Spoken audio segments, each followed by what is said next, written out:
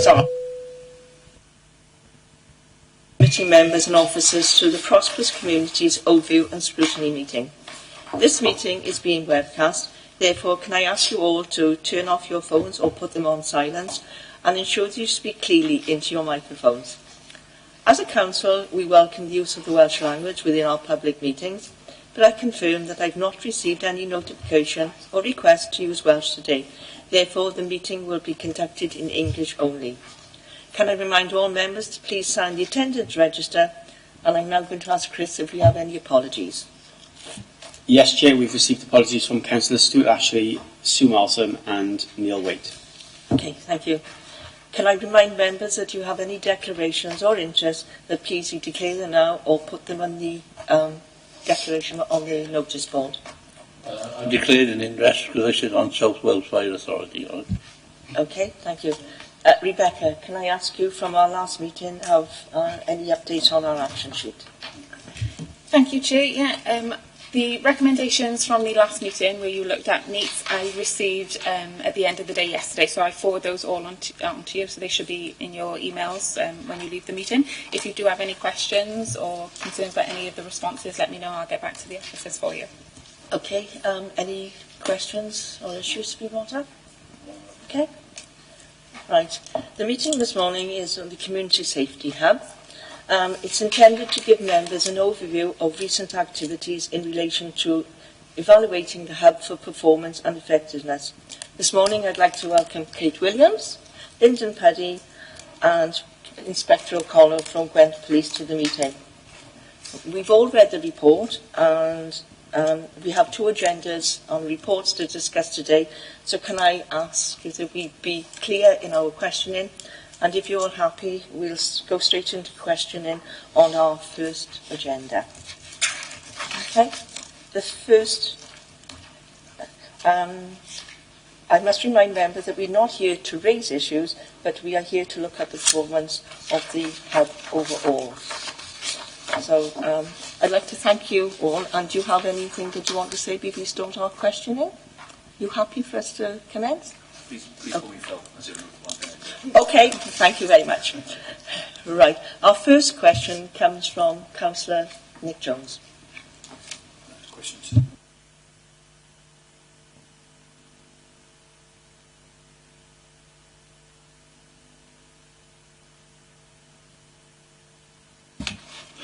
Good morning, everybody. Referring to section 1.2 on page 3, which is page 6 in here, I think, isn't it? 1.2. Section 1.2 on page 3. A question on there: reduce the need for duplicate effort for community safety and Gwent police officer, as a quote from there. Are there any areas where duplication still occurs, and if so, how can this be alleviated?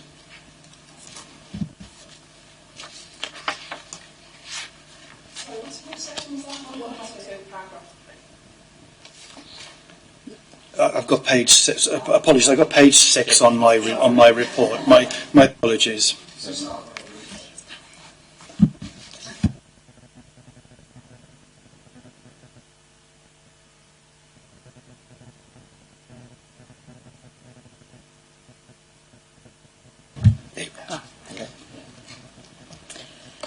Yes, regular attendance at the hub meeting, as we've said here, is vital for us to be able to take swift and immediate action to address any issues of antisocial behaviour. As you can kind of see within the report, regular attendance is key by regular partners, those that support the delivery and reduction of antisocial behaviour. So regular partners we would see as our registered social landlords, obviously Gwent Police, cornerstone housing options, those kind of people around the table. So even though that we have regular attendance, one of the things that we kind of wanted to bring and discuss today was what their attendance brought to meetings. So even if partners turn up and discuss items at the meeting, are they bringing the right information? Are we having the right discussions? Are we fully on board? Are they fully on board with what we're trying to deliver? So, Okay. I'm not really sure. If I could a little bit to that, really, around the ethos of bringing the hub together. There's been quite a lot of concern across public services generally that there's lots of people doing same things in different types of organisations. One of the purposes of bringing the hub together was to have a conversation in one room with all the partners being there and being able to take on constructive actions together and taking that forward. And that's where we get the reduction in multiple agencies doing the same amount of work, whereas working together in the way that it does in the hub, it has a more productive outcome in the long term. I think, Councillor, as well, it's just that shared purpose from the outset as well, that from having those meetings where we're all part of them, we're all part of the decision making, and we know what the outcome we want to get to is as well. So there's definitely a reduction in duplication. That we're not working in sort of a silo mentality. We're all sat in the same room having those conversations from the outset, and therefore not looking at achieving individual outputs. We're all working towards that sort of single outcome. Undoubtedly, there's duplication in sort of small pockets of what we do when we go away, but I think sort of coming together at the regular intervals that we do within the hub has definitely minimised, and from my own perspective with regards to what my teams deliver in the hub, I know there's definite reduction in sort of separate meetings and separate problem solving groups, because a lot of it is sorted through the hub. Does anyone want to come in? Sorry. So would you overall say that the duplication has now been reduced? And sort of following on from that, do you find now that you have recommendations and actions that can be minuted and carried forward and actually acted on going forward from this? Yes, definitely, Chair. Sorry, not Chair. Definitely, Councillor. There's a definite reduction in duplication of effort. And the fact that sort of the way the hub is now set up with an agenda where everyone comes to that meeting with having done sort of their research prior to getting to that meeting, there's been a sort of real gain there, and people are turning up with the information we need, so we all need, so we can all make decisions then based on that and work out what we're going to do in the future. If I could add there, I think one of the things that partners have kind of said to us with coming to the hub and meeting with partners is that there's such a quicker turnaround on the discussions that previously there could be a case, a problematic area, an individual that was causing issues. They would send a referral in to our team. We would then look through the referral. We'd email out to partners. We'd arrange a meeting date. It would take time. But actually what's happening now within the hub, those conversations are happening, and myself and the inspector worked on a WASPI agreement so that we can freely share information within the confines of the hub, and that has really been beneficial, so that whenever the partners that signed up to the WASPI agreement are in the hub, we can have those conversations, so we're not thinking we've got to park that minute, we need to arrange a meeting. Those conversations are naturally happening, and I think that has been a huge impact in the amount of meetings that we just don't need anymore. And I think in these times it's just such a quick turnaround that we can just get things done instantly rather than waiting. Sorry, Chair, could I just add, for the terms of mechanism, that a WASPI is a formal agreement for sharing information across partners.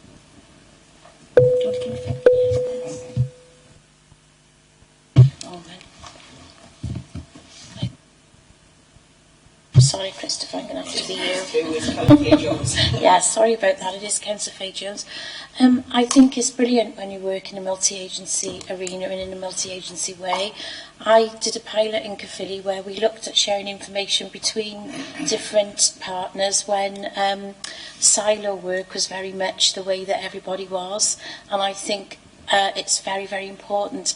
However, do you have one person who's responsible for making sure that whichever agency takes on the work after you've shared it actually does it? Or is there a chance that sometimes, because you've shared that information, some issue could fall between the cracks where perhaps no one picks it up? So at the formal hub meetings, we have an attendance on that, and everyone agrees then, even though we have got the WASPI information sharing agreement in place, those partners that attend hub will sign an agreement to say that the information cannot be shared. If they do need to share that information, they need to discuss it with the chair that's holding the hub meeting, or with the relevant ranking officer that's there from Gwent Police to share that information. We haven't had the need to follow up where information is being shared inappropriately, but by signing up to the agreement and the agreement with the WASPI and the Section 115 meeting of the hub, there's potential then, if any information is perhaps shared without agreement, that we've got the correct channels then to take that in place. And the chair of the hub then will send out a detailed action plan of what was agreed in the hub, and those minutes then will be discussed at the next meeting. And it's clearly noted then if the action hasn't been followed up. One of the things we actually come on to in the report is if a partner has been given an action, how long has it taken for them to follow it up?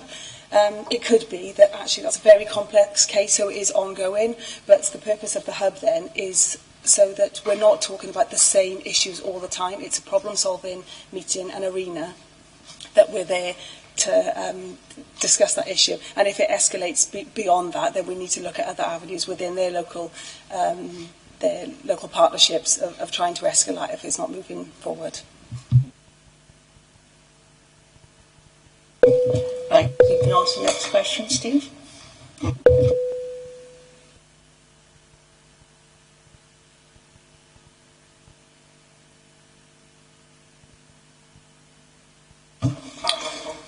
Speak 1.2 page 4. It's important that all agencies implement changes as quickly as possible to stop behaviour simply being transferred to another area. Is there a lot of moving around of issues rather than prevention or stopping of activities and issues?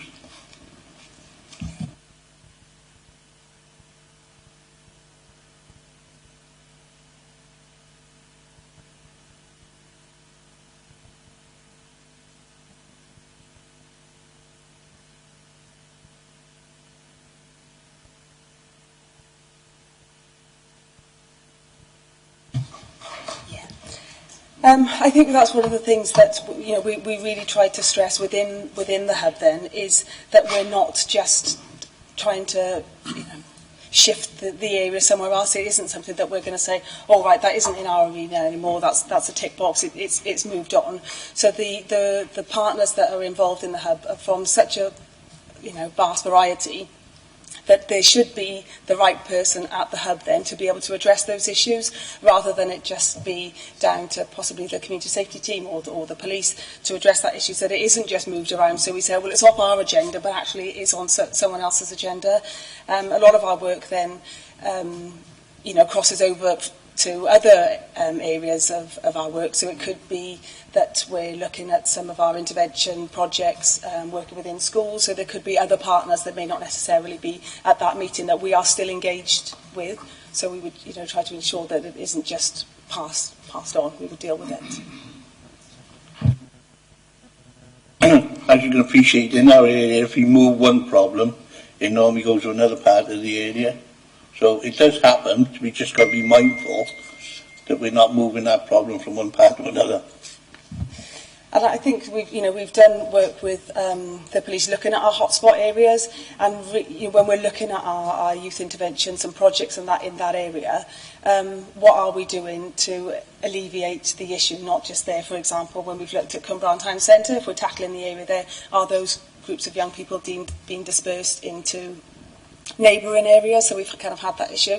But what we've tried to do then, that rather than look at the area that's take our eye off the ball for the one area, is incorporate that, but also deal with the key protagonists within that are moving elsewhere. So to take action with those individuals, so that no matter what area they go to, we are addressing their behaviour, rather than it's the people that cause the problem, not the actual place. So our focus is on the people, regardless of where they move to.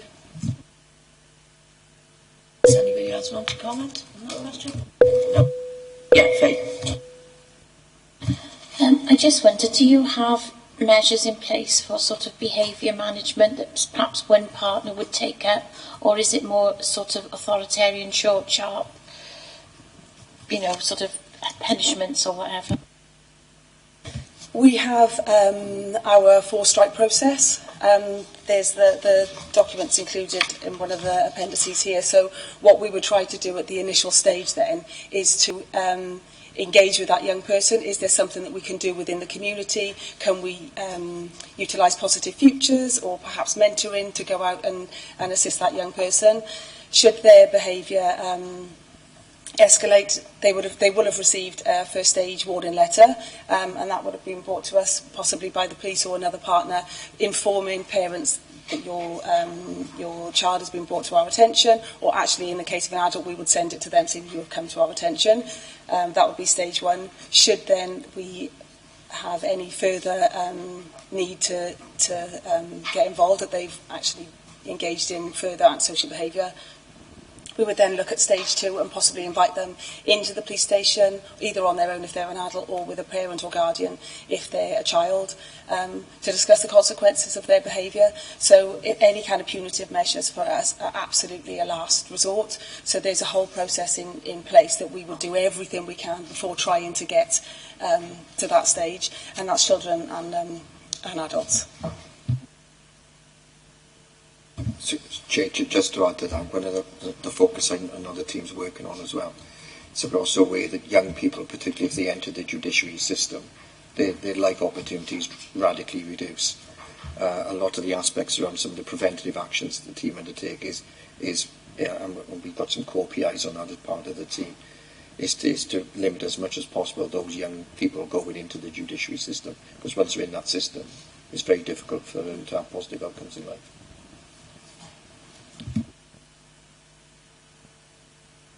Nick, would you like to take up question 4, please?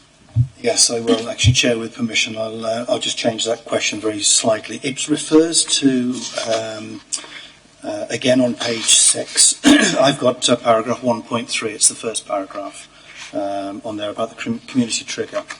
The question is, anyone who's experienced 3 instances of antisocial behaviour can apply to have their case investigated.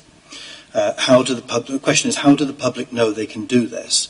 And this original question went on to say the community trigger process came into effect in 2014. Why are we only just learning about this? Refer to Appendix 1 on that. Now, it's quite evident that that has been in existence for a little while. Maybe the committee weren't aware that it was a process there. But the question still stands, how do the public know that they can actually action this? And I would be interested to know, if they do know about this, how many times this has been instigated since it's been started. If I could just take the first part of it, we have previously brought the community trigger actions into scrutiny as part of the process within the community safety team. I don't know whether he was on the council at that point, Councillor Jones, but it certainly received scrutiny at that point. It was one of the measures we were looking to bring into place as part of the legislative framework we work within. I now hand over to Kate to pick up the second part of that question, which knows more detail.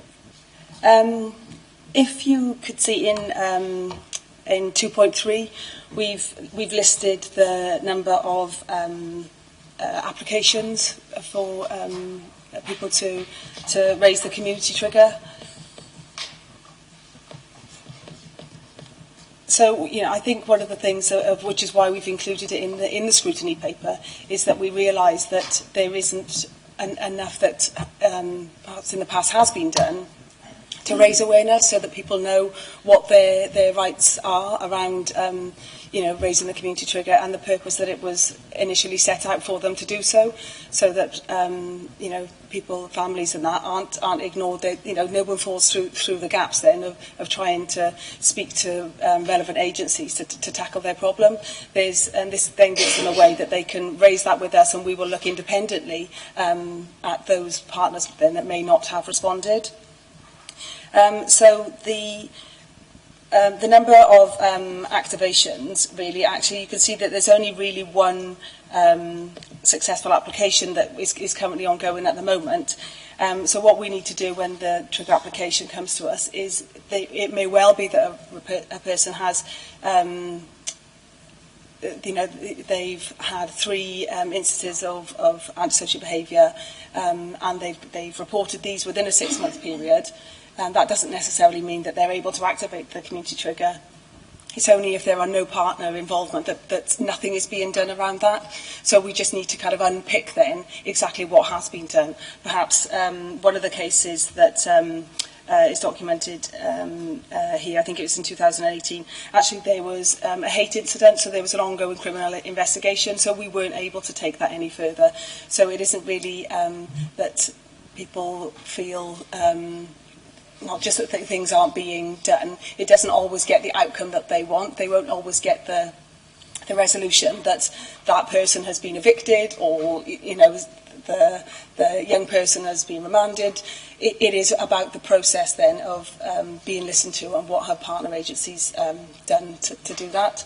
I just want to ask Phil if you could kind of say a few things really on what we're currently doing about raising awareness.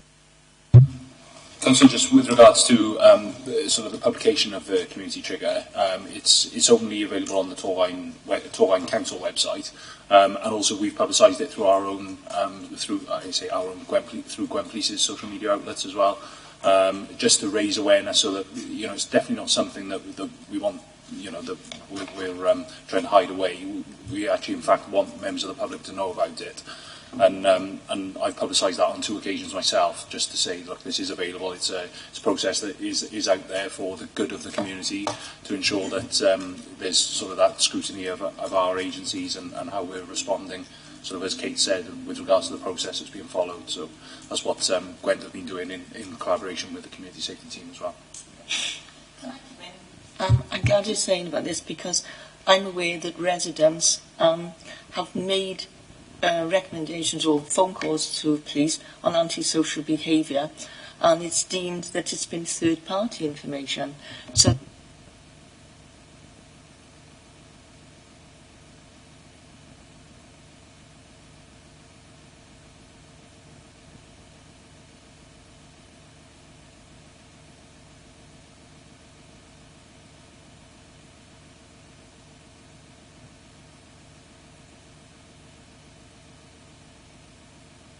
issues brought to them, and phoned up Gwent Police. We've been reported, yes, but you're a third party. So I think there's got to be greater clarity on how it's used by different organisations as well.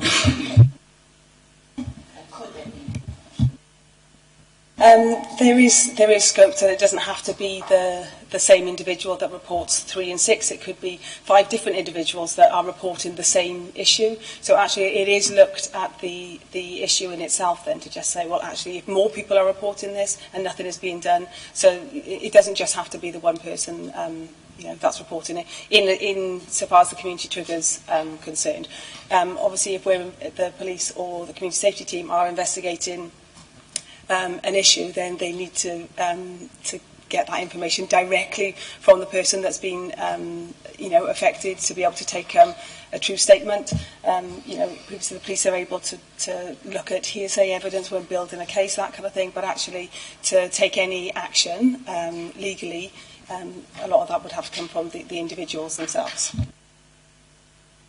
Do you want to come in on that? Yeah. Yes, following on for that, thank you for clarification on that, and apologies, Chair, I did change the question because I inherited it. Apologies for that.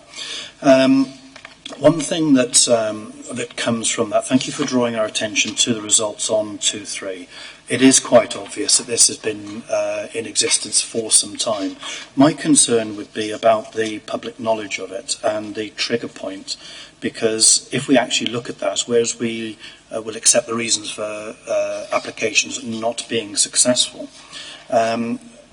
I don't think it's a great secret that antisocial behaviour is an issue within the community, and for there to only have been 2, 4, 7, 8 triggers within a 5-year period would indicate one of 2 things: either the criteria is too tight to activate it, or people don't know about it.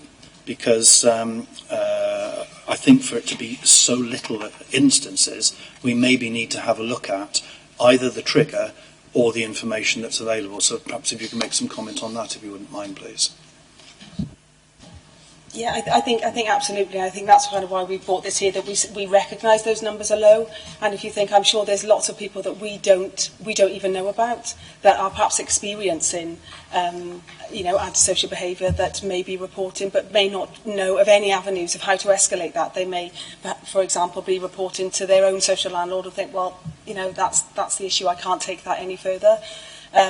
Whilst it's not in our gift to change the actual community trigger itself, that's set in law of how that's to be implemented. What we can do, and what is in our gift then, is to look at how we kind of promote that, how we ensure that residents feel confident and reassured that if they do bring this to us, they'll be taken seriously. We're giving them the full facts that we could, discuss with them at the earliest stage. This is how we're going to look at progressing this. Perhaps if you don't meet the criteria, we'll shut that down at an earlier stage, not to waste people's time. But it is really about how we can, proactively raise awareness so that people know, what their rights are and how they can act. Yes, sorry, can I just come back one more time on that, if you wouldn't mind? Appendix 1 doesn't actually indicate any time scale on there, but yet the report suggests that within a 6-month period. Can we have some clarity on what the Act actually says? Because we might be able to have some impact on this. It just seems to be a guidance rather than a rule, please. What I can do for members on there, we do actually have a flow chart of timescales and that. So, apologies that's not included in there, but we do have a flow chart that outlines, all the timescales and that. So I'll share that with members after the meeting. Thanks, Kate. Lyndon? Just picking up some really good questioning coming from Councillor Jones there on the community trigger. And just, obviously you have huge contact with you're the local community, you're the local councillor within your ward. Just thinking, would it be helpful that alongside the flow chart we just put a bit of a guide together on how we can put the community trigger together, that if you do get inquiries from your residents, you've got something to hand you can possibly provide some face-to-face advice with, and then consider where we go from there. That was my next question, briefly. Are sorry. you happy with us passing it on? Are you happy passing it on, for us passing this information, because under GDPR as well, we know concerned how much information we pass out? On personal information or in a process, so... you're happy, yeah. Because Kate and Phil are probably well aware how many we have in North Torfaen and Glenavon and Aberystwyth. And it is handy that we can tell people there is another mechanism that they can trigger. Thanks very much. I'll come in on that. I think this would be incredibly helpful, because I'm sure we all have instances, especially once the lighter evenings come, where there are problems with youngsters and residents come to us and they often feel, well, this is youngsters playing, but it's reached a stage where it becomes almost aggressive. And knowing that they could go through this route is quite helpful. Now, I've had PCSOs, I've had people up from schools to talk with residents before now, and having this as backup as well, I think would help considerably. I think, Councillor, the important bit to pick up there is definitely it's the backup. It's not the go-to process. The go-to process is obviously is certainly what we do as agencies primarily. It's then that scrutiny of when it's 3 occasions or 5 of when possibly there's a process breakdown and we need to review it and see has everyone done their part in the whole sort of process really. So. Happy to go on to our next question, which is from Chris. Right, on the relevant paragraph 2.1. How was the recording of incidents and cases changed, and why were the changes necessary?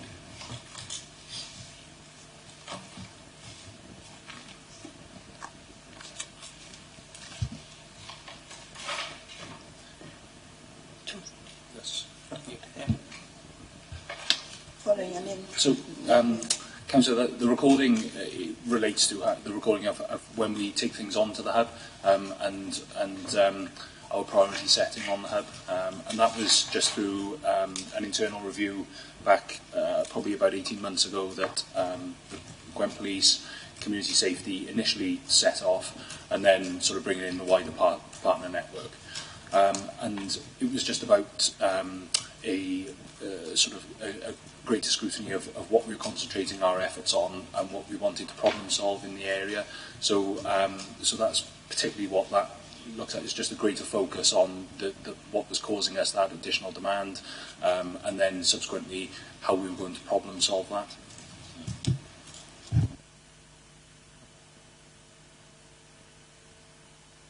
Right. Our next questions are sort of going to be amalgamated, and they come from Councillor Fay Jones. Oh, there we are, it's working now. Just wondered why, if I do the first part of the question, on table 2, there's a significant increase in the number of adults and addresses between the end of September and October. Could you just tell us what were the reasons for this? One of the areas that the team have been heavily involved in more recent months is the rush sleepers within the area, and they are actually included now within the cohort of this. So originally those rush sleepers that were causing us problems were actually then classed as an adult that was causing us an issue, or possibly a household that was causing us a problem.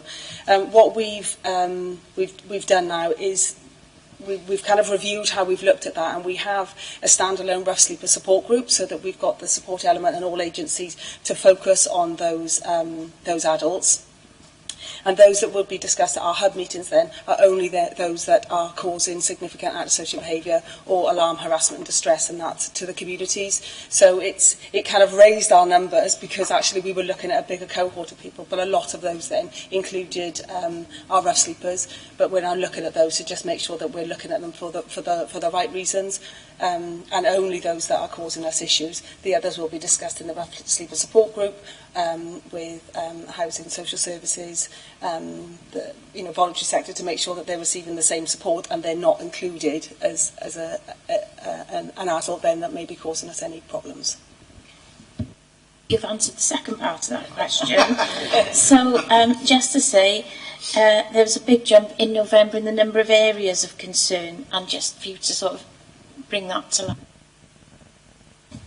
Again, those areas may well be, for an example, an area where there could be rough sleepers, so where they've got their tents and everything. So those areas have been highlighted to us that actually weren't a problematic area. So previously, those areas may well have been a group of young people causing a bit of issue. It may have been the parks, our standard areas that are hotspots. But actually, these areas may be a lot more remote than we've been used to.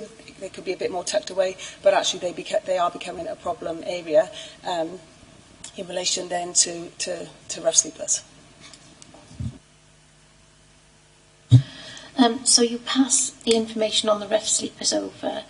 When rough sleepers are in a park, that can be quite disruptive, and the rough sleepers are vulnerable to all sorts of things, and the people going into the park could be young and vulnerable. Well, what's the policy on that bit?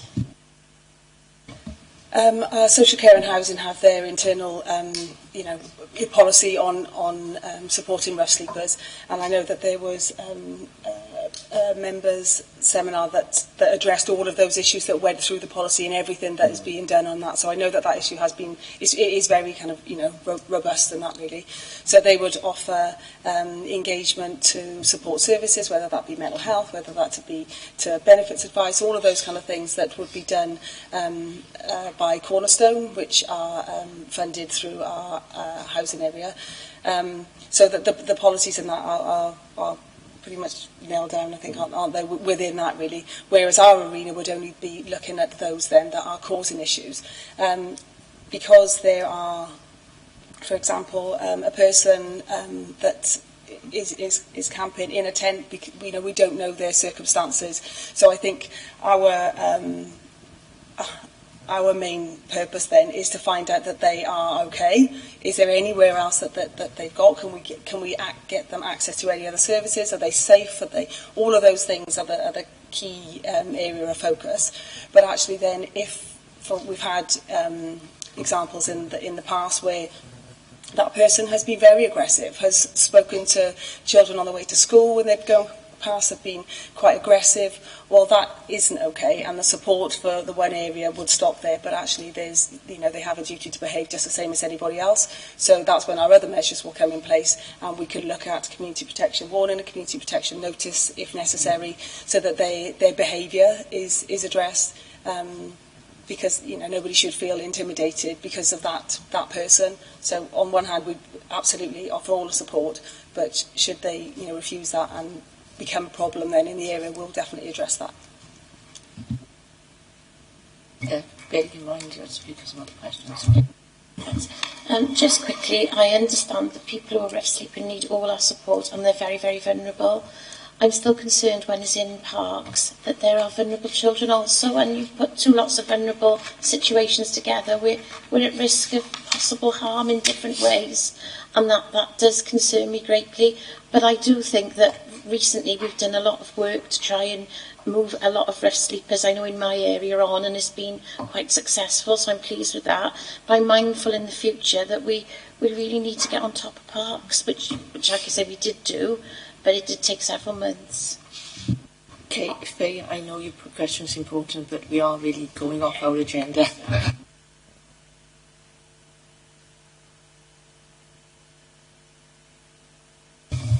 A long one from the paragraph 2.2. Link Cymru, United Wealth, Safeguarding TCBC, Social Services TCB, Community First Legacy Fund and Wales Ambulance Trust didn't attend any of the last 3 months meetings. Are these particular partners needed at every meeting? Do they appoint a designated officer? And could they also nominate a deputy? Firstly, could I just, there's an error on the Welsh Ambulance Trust because they always attend, so I don't know why that hasn't been ticked because, the person that attends that actually came to us and asked, actually, could we come to that because of their frequent callers were also those that we were dealing with. So, I really want to stress enough that the Welsh Ambulance Service are key at those meetings. So apologies that that's not on there. Some of the other areas, for example, Harvard, Cymru and Link, don't have the housing stock and that within Torfaen. So they used to come originally, but would come to the meetings and think, we're not talking about any of my areas. They would come and wouldn't bring anything and wouldn't take anything. So what we make sure that we do prior to the meetings, they're still included on the circulation list, so they would have full view of everyone that's going to be discussed. They've got the opportunity to bring any of their tenants or area-based issues to us to discuss at Hub, so the door is open for them to come in and discuss that, but actually they don't see that their presence at those meetings is required.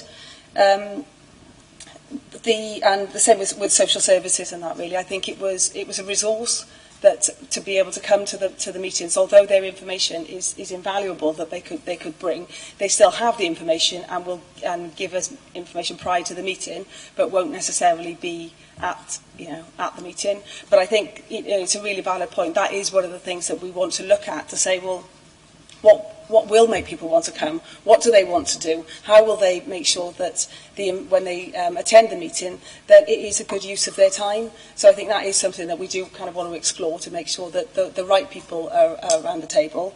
I know with Bronavon, they've got the largest housing stock. We do lots of work with Bronavon, so they always attend at the meeting, but because they've got so many houses, we need to make sure we've got the relevant officer that can talk about all of their issues. And, so I think there's some work that's been done internally with them. Just sending somebody to a meeting, regardless of what organisation they're from, if they can't bring any information or answer any questions, there's no point in them being there. So I think a lot of our development of the Hub is making sure that we've got the right people there, and that if that person is representative of their organisation, that they can go back and relay that information rather than I've been to the Hub and the information doesn't get passed on. So that is something that we want to explore, that we've got the right people at the right time. really, people need to be working together, and you need to make sure you've got the right people at the right time. I think as well, Councillor, just making sure that the people who are arriving are informed, and the definite change to the hub process sort of around 18 months ago was that there's a very clear agenda that is contributed to by everybody. So as Kate said, you know, if suddenly one of the Link Cymru, for example, have an issue come from nowhere that they subsequently want to get on the agenda, they can do that. It's for the good of everybody. But then everyone's expected to come with the relevant information that they have around that place, because my business is Kate's business, which is subsequently Bronhaven's business, and so therefore we will all hold some sort of information on that. And it's then about having that shared information to be able to problem solve and sort of look about what outcomes we want to achieve. Just want to come in. Right. Quickly. I know I'm the one who's got it. Just to ask you, if there's one individual or perhaps, a group of individuals that are causing a lot of problems and you're sharing this multi-agency, that's a brilliant way to put a piece of work together that can be tackled, isn't it, in several different ways by several different agencies, and look at it as almost therapeutic work with that individual that probably would take many months and has to be followed up. Have you got the time and resources to do that sort of thing, and the thinking to go and do things in that way? One of the things I think that, I think Torvine really need to be proud of is they've invested in the community safety team, and with that, the amount of work and the in-depth, prevention and early intervention that the team are able to do. The officers would look at currently 3 specific areas, north, mid and south of the borough. I think other areas throughout Gwent maybe have one officer that looks at everything, and we're not able to do that. So, we're always stretched to capacity, but the resources that we have make sure that we can really know each and every case, that the officers have a handle on that. So I think, actually we're in a good position of where we are, and I think we've proved that in the additional programmes that we put on with our MAPI, which is the multi-agency pupil interventions, within all comprehensive schools, nearly all junior schools. They don't have that throughout Gwent. We have that. We're looking at any individual at all that causes us any kind of alarm, if they're on the cusp of offending. We know that individual. So I think, although it needs to be heavily resourced, the point is actually we would look at all of those, work with all schools, all agencies, so the team is able to do that. Yeah. Brilliant. Thank you. Monica, please. To some extent, what you've been saying has partly and mostly answered this, but there may be more you want to add. So, again, we're looking at 2.2.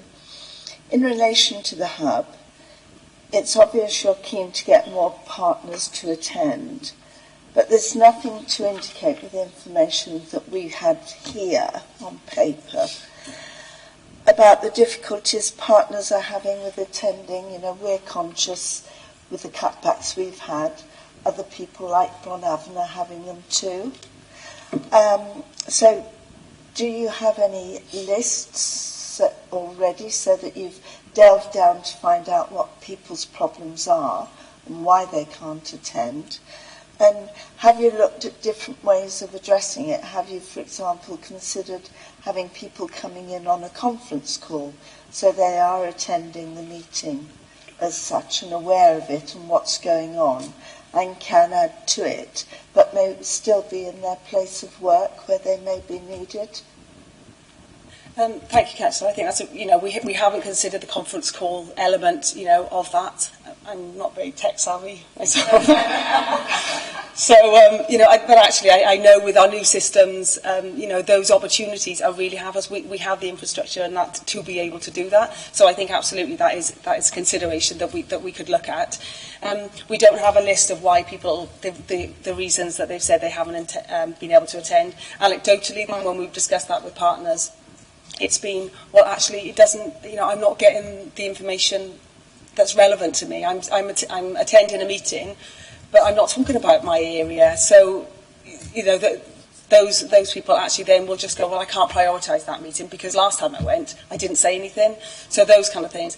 And also then, resources. I don't think people, for example, one of the registered social landlord that is due to come has an urgent case. They've got to go to court that morning. That will take priority. So a lot of those things, we're not going to be able to kind of compete with, with those levels. But I would, I must take on board the conference call of how we can kind of look at things differently. I think Phil's wants to come in. Just to talk on what Kate said as well, I think a big part of the hub isn't just this this single meeting. It's the water cooler conversations that we like to call them. So it's the sort of that, and the information sharing protocol then allows that to happen in a really fluid way. It removes those barriers, and yes, it might be an investment in time actually attending the hub itself, but the overall reduction in time because of the multi-agency response you subsequently get is sort of beyond comparison. So I think that's the real win, and we're definitely going to look to promote the good news stories a bit more of when we just saved an inordinate amount of time, where based on sort of previously how we might have set something up, which Kate sort of referenced earlier about having a meeting that may end up taking time in 2 months' time or something along those lines.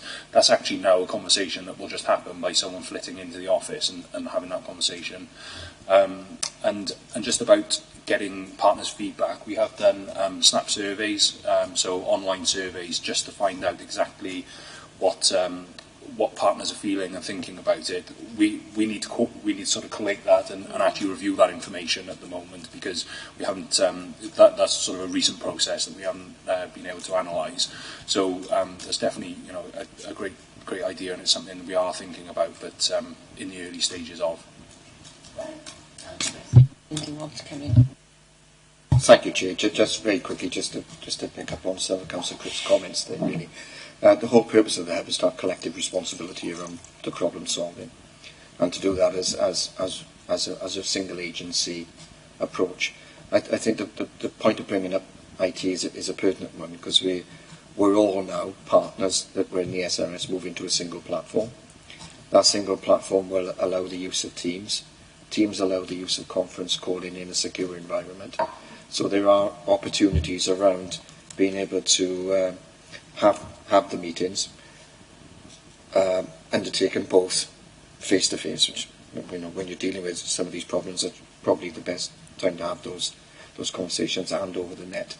But it's just to emphasise, it's administered through the community safety team and comes Inspector O'Connell, but there is a collective responsibility that those people should be attending this. Steve, next question. You partly answered this one, but I've had a little bit on now. 2.2, this is Phil's comments anyway. So when representatives and non-attenders looking at the table, why is this and what will be done about it? And the reason I said now, Phil has just brought up the water cooler moments. If we're not there, we're not getting them. So what are we going to do about that? Steve wanted a bit more information on it. If I could come in there, I think when the Inspector said it's not just about the hub meeting, that is something that we really want to kind of explore so that we can get those partner agencies. The room itself is fully Wi-Fi enabled. They've got monitors. Those partners could come in and work all day from our office. So it's getting across the benefits of what that would be to other agencies that may think, I don't want to go in there. Maybe the office isn't inviting. Maybe it isn't. It is hard. I don't know if I'd just go and park myself in registered social landlord for the day and just carry on. Those relationships need to be built. So I think that's what the team are really trying to do. And if I may just give a quick example, the South Wales Fire and Rescue are regular attendance to coming into the hub. The officers will just quite often just sit there, just work. And those conversations, they came in the other day and said, they found this an issue with fly tipping. where can we go on this? Do you know this area? Is it Torvine ownership? And instantly, just a conversation. We were checking on our database. It's private land. We knew who owned it then. Already, a joint response was put in place. We contacted our environmental health teams. They've got letters. It was huge. Within minutes, it was already addressed, and they were just saying we're having this issue. But it's getting those stories out, like Bill said, to say to people, you know, this was a conversation that was just had, as we say, over the water cooler. This is our issue, and the instant response that was massive, really. But it's getting that across to people. Back on that, sitting on a fire authority, that doesn't surprise me at all.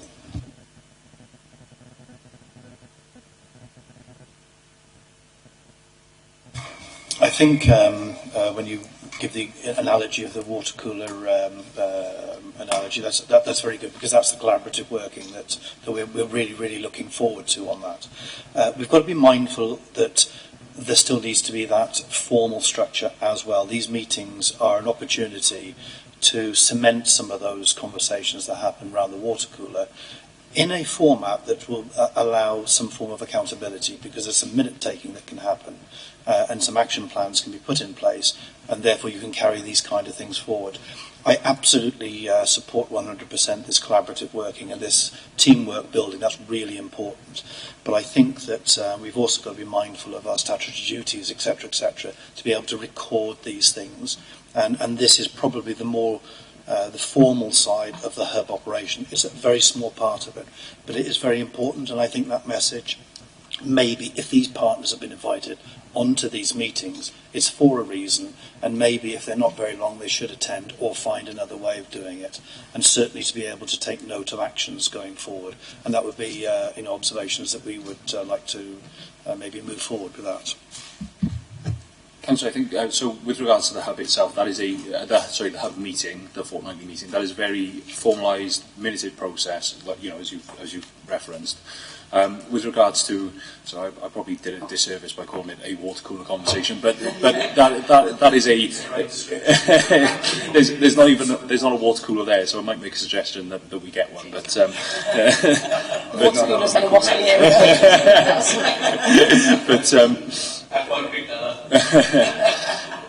but those conversations are still a formal conversation that subsequently the environmental health would record, or, you know, if it's a conversation that someone would have with one of my PCs, Sean Wigley, who frequently sits in the room, that's a documented sort of conversation, because subsequently the information that will be shared, you know, we can't just do that sort of on a whim, and we need to make sure that we're doing it legally and within the right framework.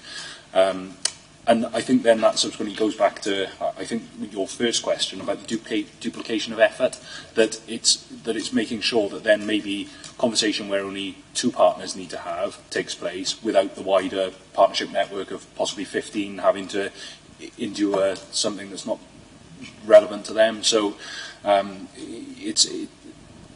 the hub meeting, I think, works really well, and we're really proud of it. I think there's definitely some work we can do around the wider hub attendance, and possibly even looking at some of the other hubs that exist that are born out of Torvine's model. I think they're maybe having greater success than we are in that bit, whereas we're having the greater success with the meeting itself. So there's definitely some sort of work we can do there about sharing best practice from one another. I've got the next question. Can you give us some information, please, on Community First Legacy Funding's involvement with the hub? I think that program, I'm trying to think of the name of the program and Paminda's team. It's not prevention or the intervention. It's the strand that was born out of Communities First, and they look at intensive support then for families that are having problems and that kind of thing. And forgive me, I can't, I think Phil's going to try and find me the name of that team. So I know Permyndon Wood manages that team, so they've done a lot of work with our team then, and thought it was pertinent for them to attend the hub meetings. But again, after a few meetings, you're thinking, oh, do you know what, this isn't really where we're having a lot of impact. But again, they are partners that would receive the information and can actually bring information to raise at the hub. But they would be one of those partners that actually they'd just come in and have a talk and have a chat to the team, or come in and kind of have those those chats that aren't necessarily at the hub. But I will find out the name of the Permyndon will not be happy with me for not remembering that, but I'll get the details of the actual name of the team and that to you.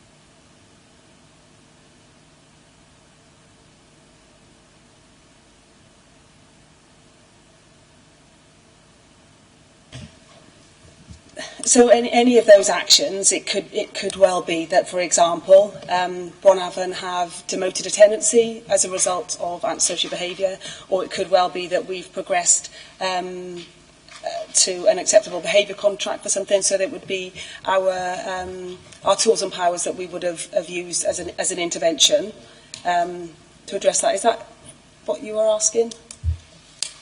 Yes.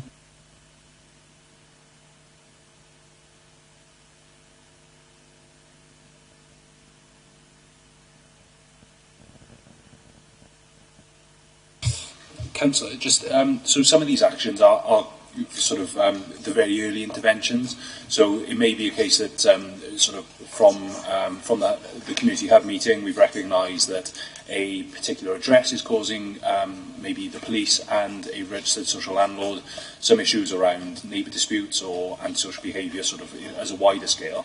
What we might actually, an action from that meeting, may be something as simple as police and the relevant RSL to attend to discuss the issues with the neighbour, and from there then it may have to come back into hub, or it may subsequently be resolved at that very early level. So we won't necessarily be able to delve into, or definitely not at this stage, to say exactly what those actions were, but they are just, it can be something very simple, or up to the point of an investigation will open between us and a number of other statutory agencies if we think that that's needed. That could be an action as well.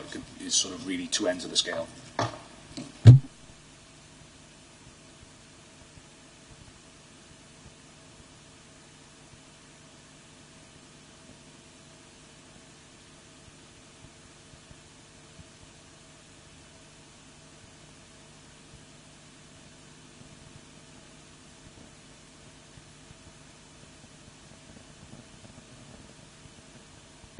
Yeah, and so yes, I can't disagree with maybe some extra information would have been useful, but it's really just highlighting the fact that that the meeting now is very focused on giving agencies, the relevant agencies, those actions to go away and subsequently report back on, or subsequently, if there's no need to report back because the issue is then solved or resolved, then it wouldn't need to come back to hub. I can't disagree that maybe some greater information would have been useful. Yeah. Going back to that, some of those 58 actions could have been repeats. We've no way of knowing. And if we're trying to get a feel for what's actually going on, I think that sort of dig down and the scrutiny is quite important.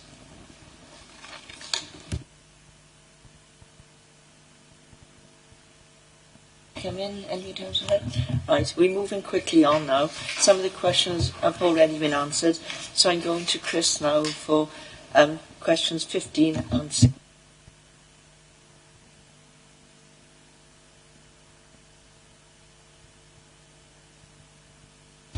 Right. How is the hub funded? How will it be maintained going forward? Are we using the funds from the Police Commissioner grant to help reduce youth reoffending? The hub is a multi-agency hub, so it's the venue, the room itself then is paid by Torfaen. A lot of the staff that work there are Torfaen core-funded staff. There are additional staff that may be funded from the Police and Crime Commissioner or Welsh Government for a specific role within the hub that is a partner there. But the hub itself doesn't cost any money. You know, it costs the general office space, resources, that kind of thing. But it isn't something that we've looked for funding to be able to put on this thing. It's people, it's places, it's bottoms on seats. It's those people that make it all work. Really. So it isn't actually a costly initiative. Just to add a little bit around the resources, because Kate's always on my case around resources. We need more, by the way. Surprisingly enough. The whole purpose of the hub was to get everybody together in one area. And I have to say big thanks to Victor and Asset Management, who worked really hard to identify us with a large enough space that occupied our team as a core team within the council in PSS. But we also decked that office out with exactly the same furniture that our staff has, that partners have. So there isn't any issues around partners go to a desk that's got a rocky chair on. Everybody has the same IT equipment, the same monitors, the same keyboards, the same phones, the same desks, the same chairs. So it's trying to enhance an area of collective partnership working within a workable space that's also secure within the police station that can keep on the code of council film. But it's It's going to Inspector O'Connell. It's a perfect location for us because our team are based working very closely with Phil. Phil's team, the Cadro Sean Wigley is a permanent member within that team, which is when you think of both of our organisations in terms of security and IT and confidentiality, that's a huge step forward. So it just the whole ethos of resourcing it has been done across basically the partnerships, and we welcome then the other partners in as a group within that partnership, but we don't charge them for anything, because that really goes against the grain of trying to get the partnership working, because we expect then other partners to contribute to that process.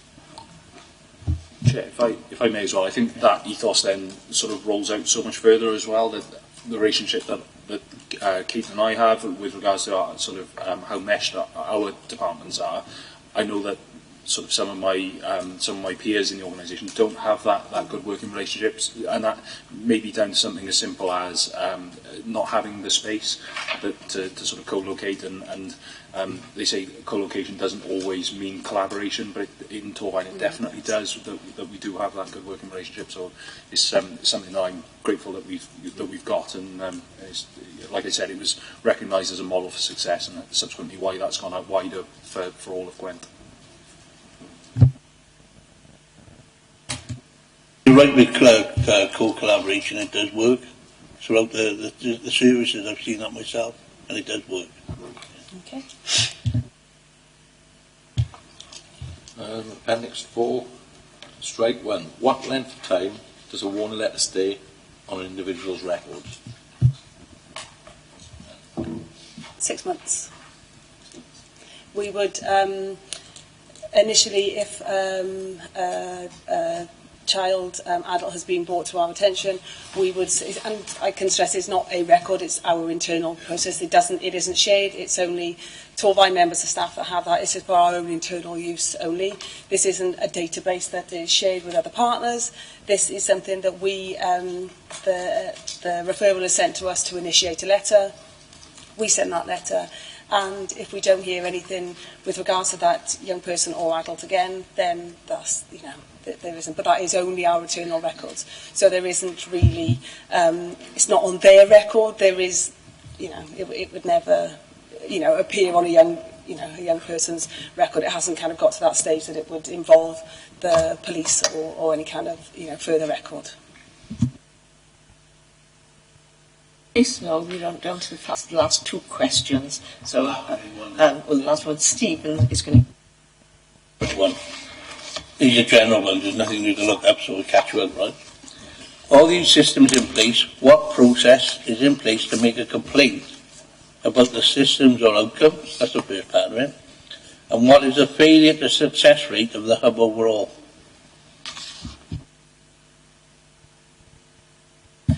Any complaints would follow our own internal complaints procedure. We don't have something standalone. If you're not happy with the hub or whatever, you can go to. There isn't something that we've got set up.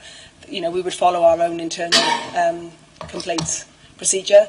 That's obviously if it's about our team or our processes. We would look to do that. The same as any other department would look to do that. Did you want to say anything on that bit? The same would go for the police. It would just be our standard complaints procedure with regards to us not following up with something and deeming something.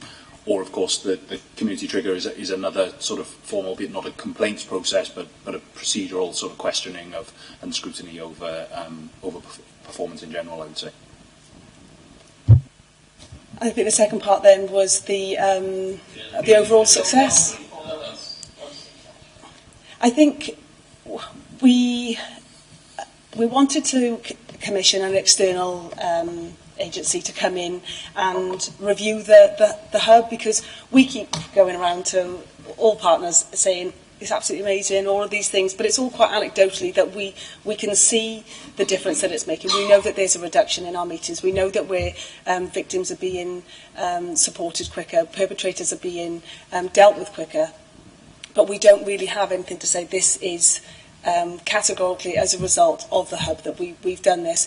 We're looking at our processes, for example, first-time entrants. Are we able to look at something that says, because of the work that was done in the hub, we have had a positive impact on that person?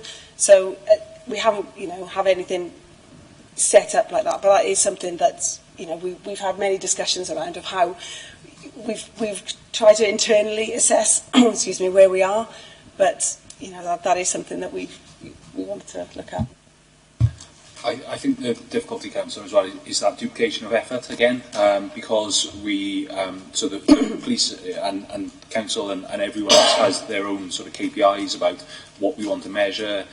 It's then sort of measuring it internally. So we're measuring sort of crime reduction, we're measuring how we're managing and supporting victims, and then to do that again within the hub process is almost duplicating that effort. So I think when we looked at sort of the performance of the hub, it was around how long something is something staying on our agenda for, the first time entrance that Kate mentioned. It's all about that, how quickly is it resolved, because I think to actually measure a KPI in as much as crime reduction as a whole, it would probably be a bit naive to solely contribute that to the existence of the hub, because there's so much wraparound that goes around, and the hub is just a very small, integral, but a very small part of a very large machine. And just to say, we as Phil said, the wider community safety arena, we look at all those young people that we have dealt with, and we would measure then how many of those have not progressed to stage 2. So we will measure that. So we've given a warning letter to a young person. So, we have pretty much, and documented that, we update on a quarterly basis on fun on. Actually, there's an 85% success rate, or 90% is very high success rate of those that don't progress. So we record all that information, but as Bill said, it's not specifically attributed just to the hub. It's the whole community safety arena that we're involved in. By us scrutinising this is used as a failure or success to see whether everything is working as it should be. So really, by us scrutinising it is part of that process. issues from. I should be brief. I just wondered, is there ever an occasion you think when perhaps agencies are coming at it from such different angles that perhaps they don't share in a way that you'd like them to?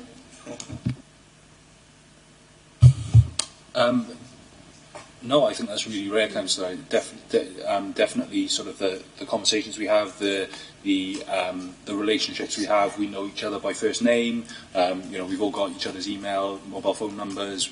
We all meet on a regular basis. We're not strangers to one another. So I think everyone knows we've got that common purpose, and what we're working towards is very.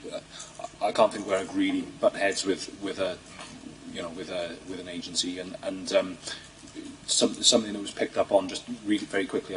Sorry, I'm taking up time. But so we were reviewed by South Wales Police around our neighbourhood policing strategy, and one of the inspectors who came in, totally sort of independent, was really impressed with how we all work together, and slightly.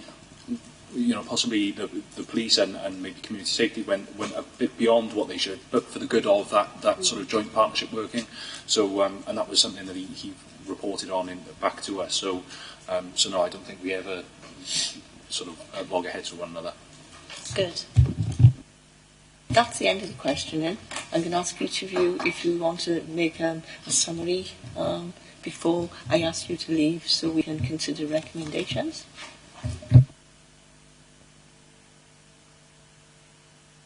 Right, I'm sure you'd like to go and have a cup of tea before you start your next meeting and before we have our recommendations. Is that right?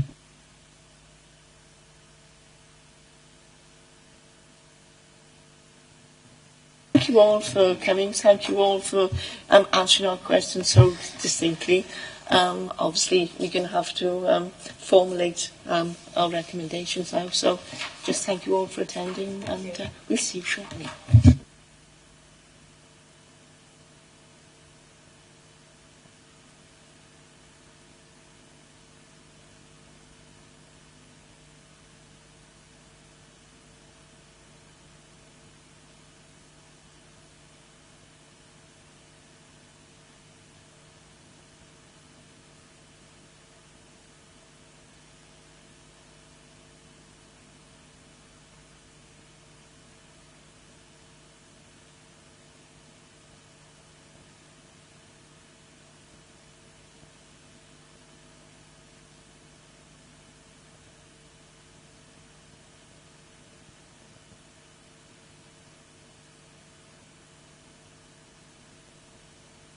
Question. I think the question, it went very well. I'm not sure we've all got the answers we wanted, but now it's up to Andrew to Rebecca to invite us to review the effectiveness of the safety hub and determine the current partners involved. And so over to you, Rebecca. Thank you, Chair. So obviously you've got your scrutiny activity there, which was to review the effectiveness of the Community Safety Hub and determine whether the current partners involved in the hub are having a positive effect. To make recommendations to the exec member for corporate governance and performance on increasing attendance at hub meetings by partners who may not attend consistently, and to comment and make recommendations to the executive member on how best to raise awareness and promote the use of the community trigger process. So can I ask members, do you have any recommendations before I go through any that I may have picked up on your behalf? I'm really concerned about the community trigger. There were an awful lot of people, including myself, who weren't aware of this facility, and I have personally made comments to the police about antisocial behaviour on numerous occasions on behalf of residents, and it's come back again. Third party, it's not being done. I think that more people should be aware of this facility, and they should be promoting it. It may result in extra work, but I think it was.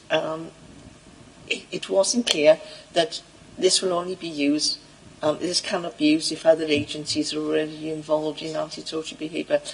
And I don't know how we're going to get around that. I think we need more clarity on that and how we get it out to the public that there is this facility there. Personally, Steve. Sorry, can I make an observation about that? I don't read it that way. I read this as just... it's a system that's been in place. It's quite clearly been in place for a number of times. It's buried on the back end of websites, both on Torvine, and on the police's.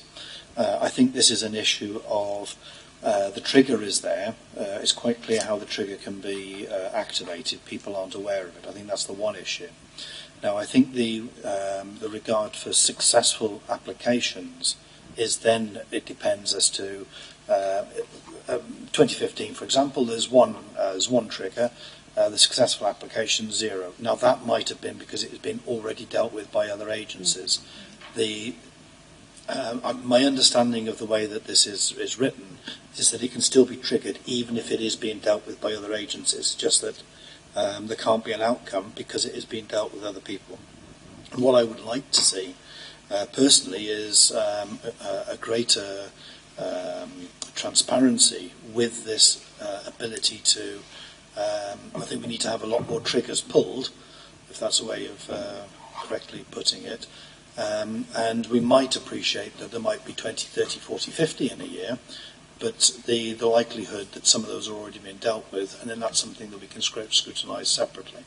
But I think the facility to pull the trigger isn't transparent enough, I don't think. Jonathan, I take on board what you're saying, but how many people would be aware that they go onto the police website of this? Not everybody goes onto the website. So I think, whilst I take on board what you're saying, there are people who are not online, who are not technically minded, and older people who have issues and they would not be aware of it. So I think he did mention that he could provide sort of an easier guide to all members then, that you can raise that in your surgeries, etc. if you need it. Steve and then Veronica. And we all want an input. On that one, they need to categorise perhaps what they are, right? That's the thing with the figures. You only got stats, you've got nothing saying whether it's ASBO or anything like that. The point I wanted to raise is, I'm more concerned than looking at the proposal that TCBC are lacking in a lot of the strategic part of these hubs. Because I know the other part of the services, like I said with South Wood Fire, are deeply engrossed with all these hubs, who have, a positive response. So why aren't ours showing the same sort of, how can I put it, enclosure with a hub, and yet our attendance seems very poor? I was simply going to add really weight to what was said initially and what you were saying about the triggers, because I've dealt with cases where I've been told, well, there's nothing that could be done, and in fact this system could have been used, and it's quite clear it has an impact, sometimes just in terms of social justice, really. With youngsters particularly, and that's very relevant, and that's the sort of impact that particularly the elderly, who seem to be affected in my area perhaps more than in some other areas, if they can see that outcome, it's increasing their feeling of safety.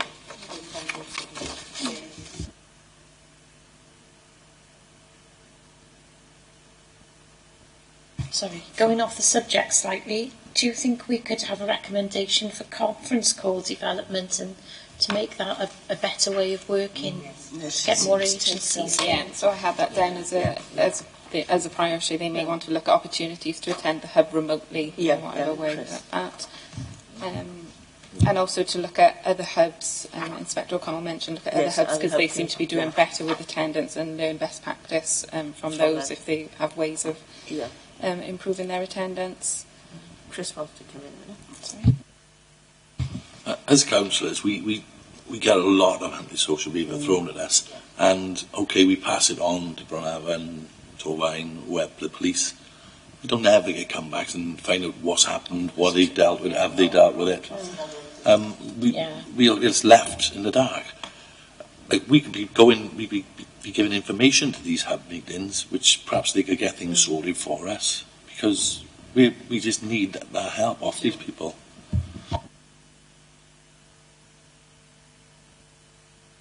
We've made numerous calls on behalf of residents, but we don't know how the effectiveness is of it, and that's something we should be asking for. We need for feedback.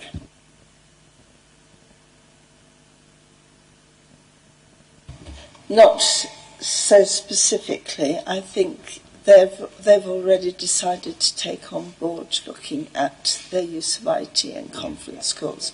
I think looking at this list of members, some of those do not need to be on there, as she said, and that gave really an indication that perhaps wasn't needed when we looked at that, particularly with Lincoln United Welsh. And whether they need to extend their attendees further, there may be other partnerships they should consider having in. What if we as councillors could have like a council champion where we could put all our problems to that one person and they could go to the meeting? We're not going to get 40 councillors going to the meeting, but if we had one person who we could be giving the information to for all our individual complaints who could go to these meetings.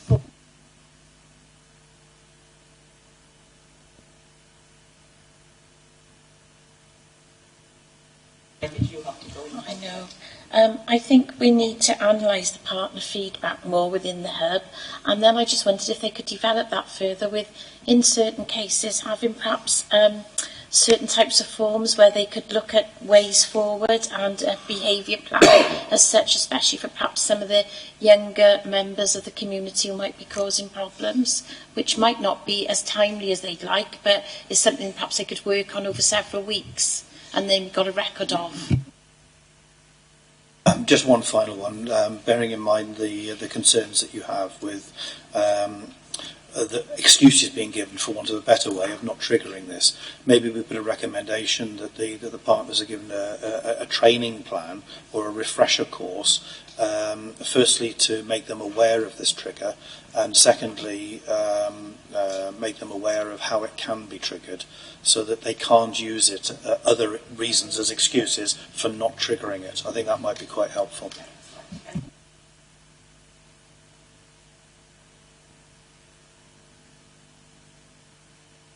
Thank you, Chair. So obviously I will type those up as normal and I'll circulate those to members for approval before they then get sent on for responses. Okay.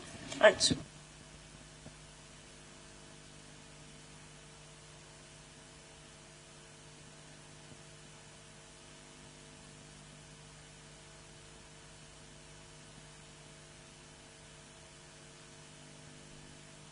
Because I know Veronica has another has to leave about 12:30. So thank you all for attending the meeting. We're now going to go on to the Strategic Equality Plan. Obviously we're glad to see Lyndon back and Kate, but now we're welcoming Steve Honeywell to the meeting. So do you have any sort submissions before we start questioning, or do you want us to go straight into the questioning? Just as last time, you all happy with that? Right, well the first...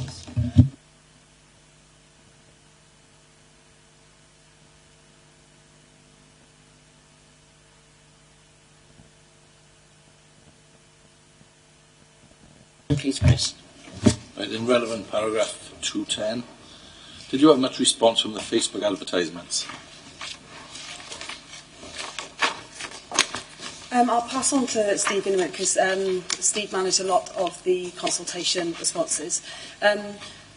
From 4 years ago, when we did carry out consultation, it was meaningful. We want to do the best to get meaningful consultation, and as you know, times change, and holding focus groups and everything, we were really up against it with time, and we were just trying to think of how could we reach the larger section of our community and focus on that. So that, this is the first time for us then that we've kind of gone to Facebook and tried to move a bit with the times of how we're going to access our community rather than the regular groups. So if I just pass on to Steve, because I know Steve had some details on that. Thank you. Thank you for the question. We had quite a good response to the advert. So how Facebook works is that you can pay to boost your post. So we advertise the consultation fairly broadly in quite a general way, but also in a way that encouraged people with certain, with disabilities or from different ethnic backgrounds or who identify as LGBT respond as well, and we had a lot of click-through. So there, we can kind of do some analysis within Facebook through the comms team to see sort of the exact numbers, and then obviously we can see how many responses to the consultation we had. And we were quite pleased that from those particular groups we did have a response level that was above what we would expect from just asking the general public. So from what we can tell, that worked fairly well.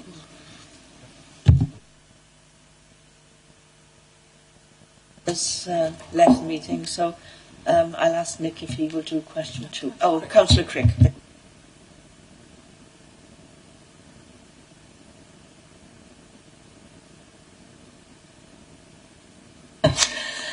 But were there any suggestions for any additional objectives at all?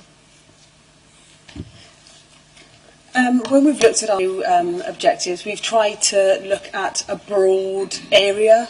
So one of the objectives looks at our internal policies and procedures. Another objective looks at outwardly how we're trying to be as a local authority and engage in all of our communities. Another objective is around participation and engagement. So we've looked at all of those particular areas.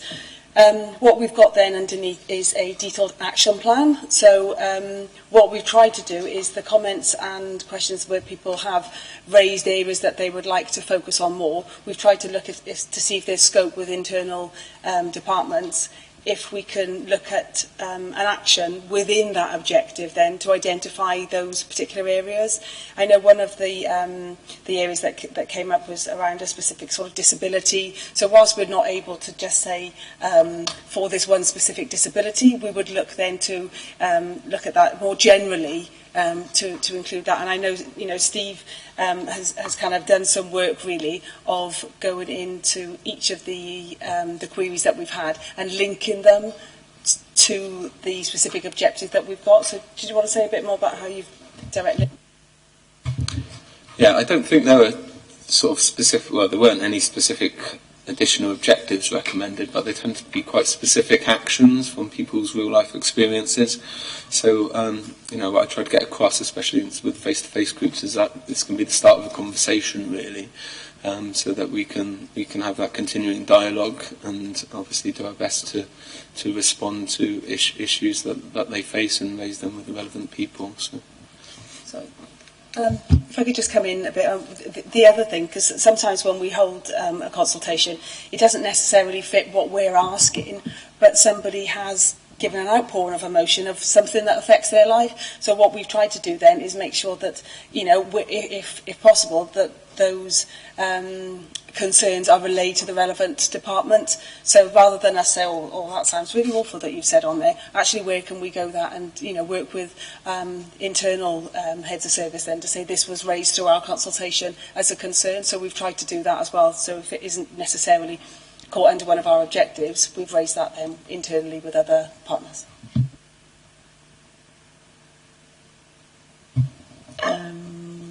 Steve?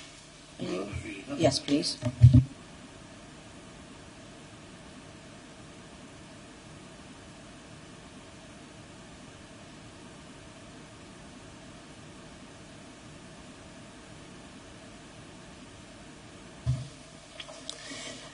I think with this report, that we've really tried to make it different to the previous report, 2016 to 2020.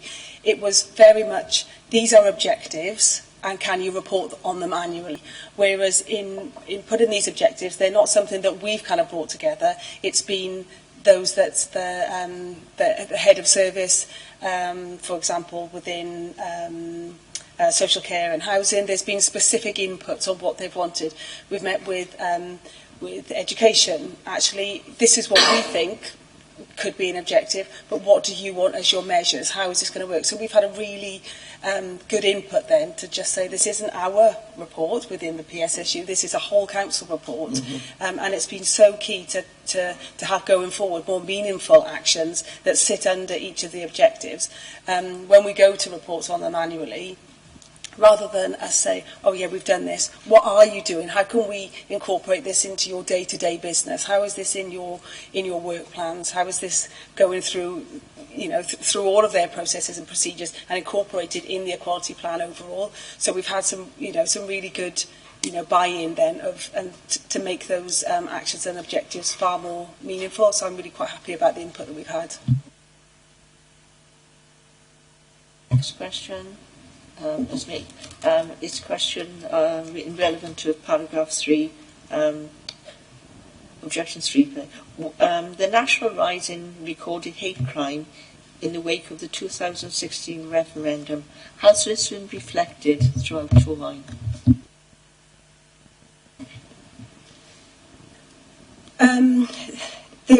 There are far more significant issues in other areas than we've had in Torfaen. That isn't something that we've seen a massive spike then within Torfaen as a local authority area, although we are very aware of those issues and tensions that actually aren't reported.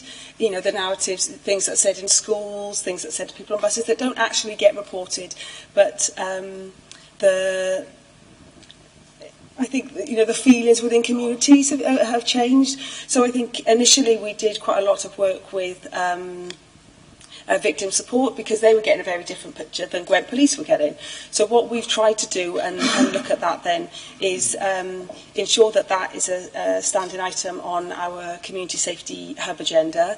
But also in the fallout for that, we've had additional funding from the EU settlement scheme to have another 2 community cohesion officers for West Gwent, so that covers Torfaen, Caerphilly and Blaenau Gwent, that are based within our hub and neighbouring authorities, to look at those issues, those things that are bubbling up under the communities. A lot of the work that they would look at then are raising awareness of equality and diversity issues in primary schools, in secondary schools, so all of that kind of thing. We know that there is those feelings that are bubbling, but we may not necessarily have the statistics to say there's a huge spike, in this. There was an increase, but we do have the resources now to really look and tackle that and get underneath then those negative opinions. Anybody else want to come in? Around on question 4.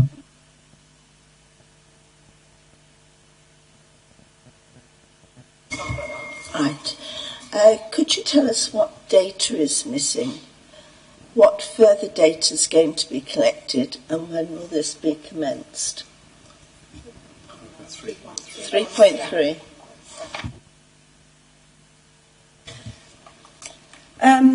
We need to report under the public sector equality duty on specific strands of data. So Welsh Government last year wanted that data to be made public, and so it would be the breakdown of our workforce, under each protective characteristic. So we may collect information in relation to, age, disability, race. Actually, do we collect information on somebody's sexual orientation? Well, we've got the possibilities of being able to get that information, but actually people don't disclose that information.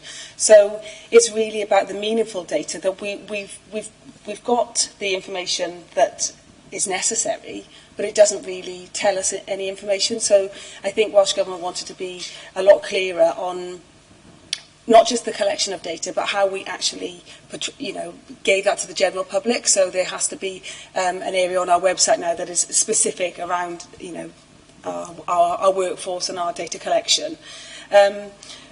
So we've got that as an internal procedure that we're looking at. But one of the things that we wanted to look at is the data of our communities.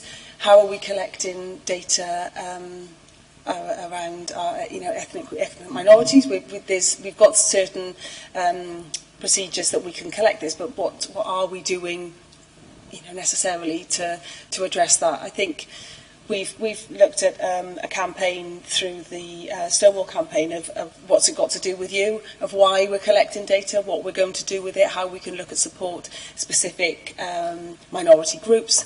So I think there's a big piece of work to be done around not just collecting the data, but what we're going to do with that and what it's meaningful, because we can all say, oh, we've got this many, but what does that mean? So I think that is a big area that we want to be, looking at to improve.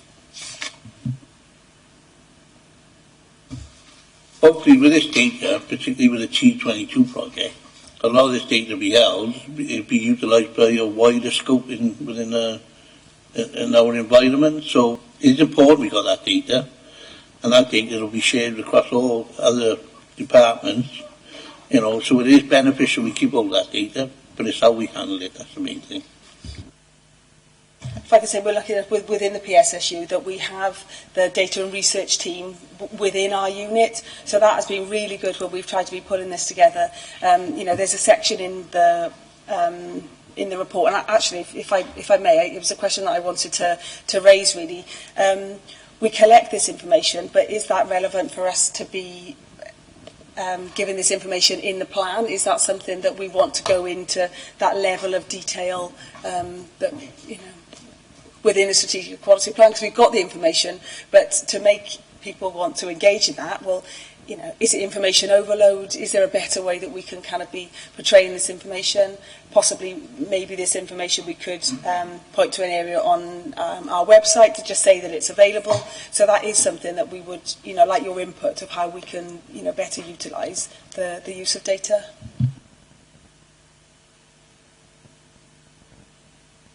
Nick, would you take question 6, please? I will indeed. It's the one that's difficult to pronounce. Yeah, that's why. That was mine. Thank you. It's in relation to, on page 29 of your report, sections really 3.6 and 3.7. We have a new legal duty coming into force in Wales, the socio-economic duty.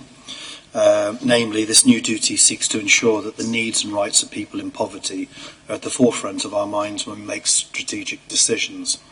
And we really wanted your views on how we're helping our decision makers to understand our commitments under the socio-economic duty and the implications of the decisions that they make on people living in poverty, and what training we're giving people to help them in that area, please. Lovely, thank you. I think this is an area that quality leads all over having a bit of panic about, because you think it's so huge. How do we really meaningfully enact this duty?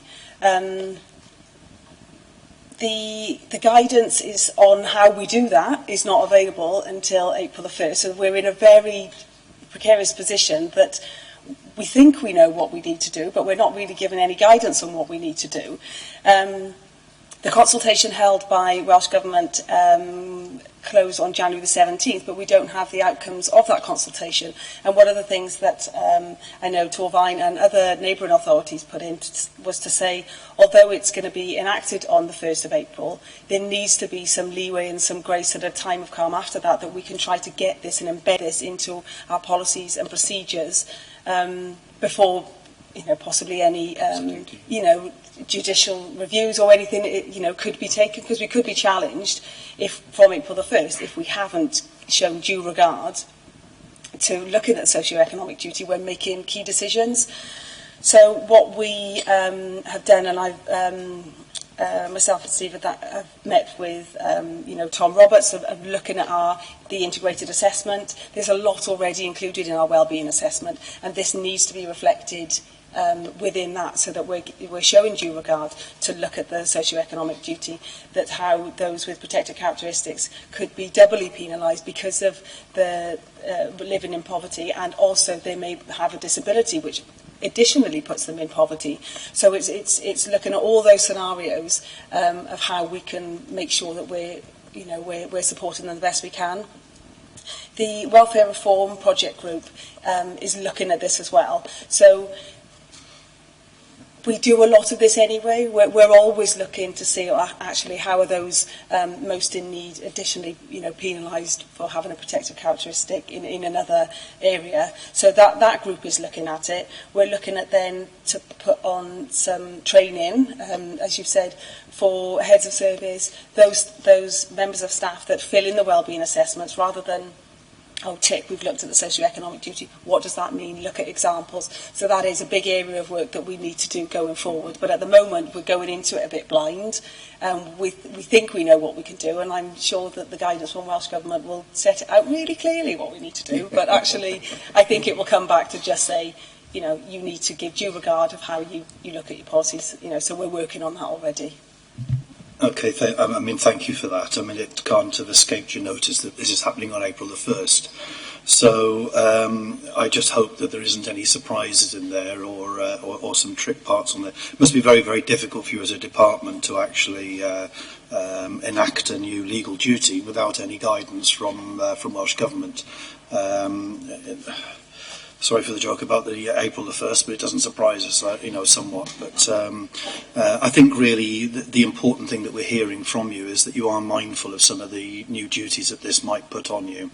And you're also mindful of the training that our officers are going to need to actually be able to embed these new pieces of legislation at very short notice. So we look forward to your views on exactly what this means to us as a council and the way that we're going to implement it going forward. Thank you.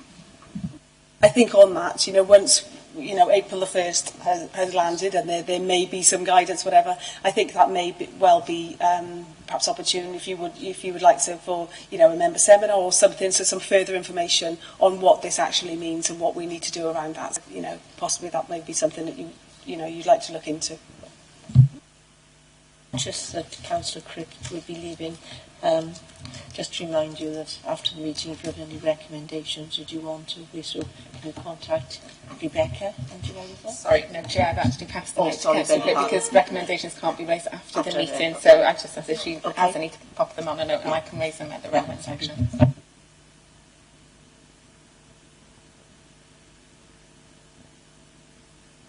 Okay. Sorry about that. Yeah, no way.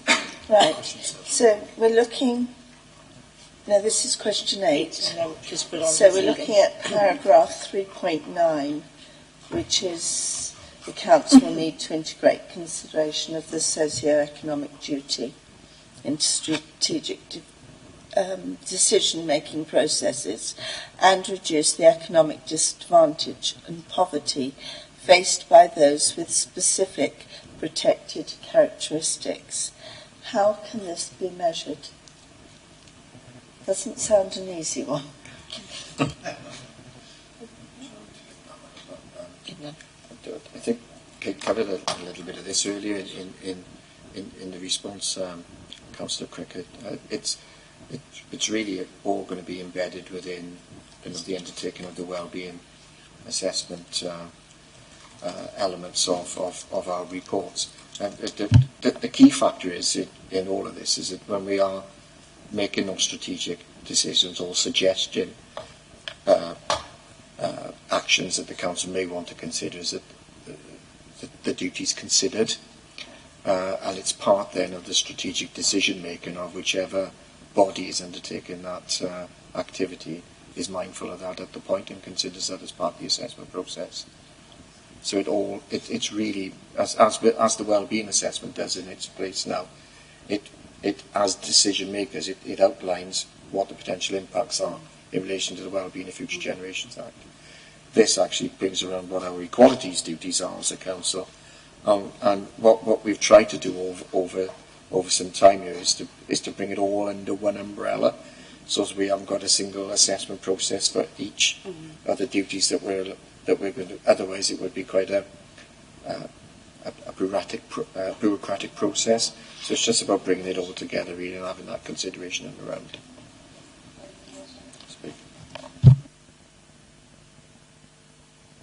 This is on the same sort of thing. I might be able to say it. How will public bodies be able to demonstrate they have considered the available evidence on a socio-economic disadvantage to inform how they can better target their policies and resources to help those who are most disadvantaged. Well, that's on paragraph 3.8.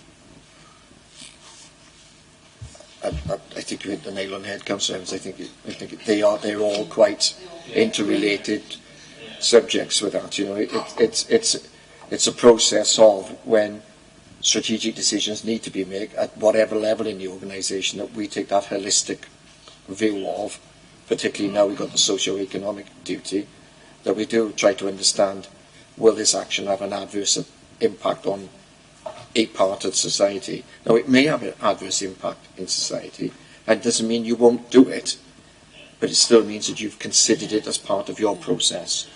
I think that's, is key. When we're looking at any of the budget mitigations, all of those have to come through equalities, for sign-off. We do that anyway, but actually now it will say, rightly as Lyndon said, it may well be that there is a person with a protective characteristic that is going to be a detriment to a decision that is made. Well, have we given due regard that actually that person was in poverty as well? So what we're looking at is saying that the decision that we made was absolutely the only decision that we could make in times of austerity and in the budgets and limitations that we've got. But we have rightly considered that in all of those, and so that although that will be included in the integrated assessments, a key thing with that will be with budgets, and that's to look at those areas as well.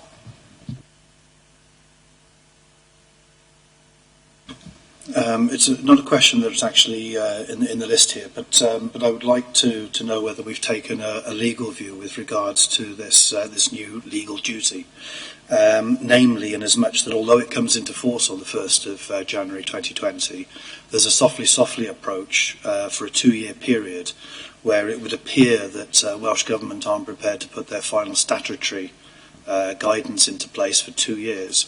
So we're in a very difficult position as a council where we've got a legal duty which has been defined in some act or other, but yet there is some woolly wording that says that we've got a 2-year run-in period with this where guidelines might change and there is no guidance.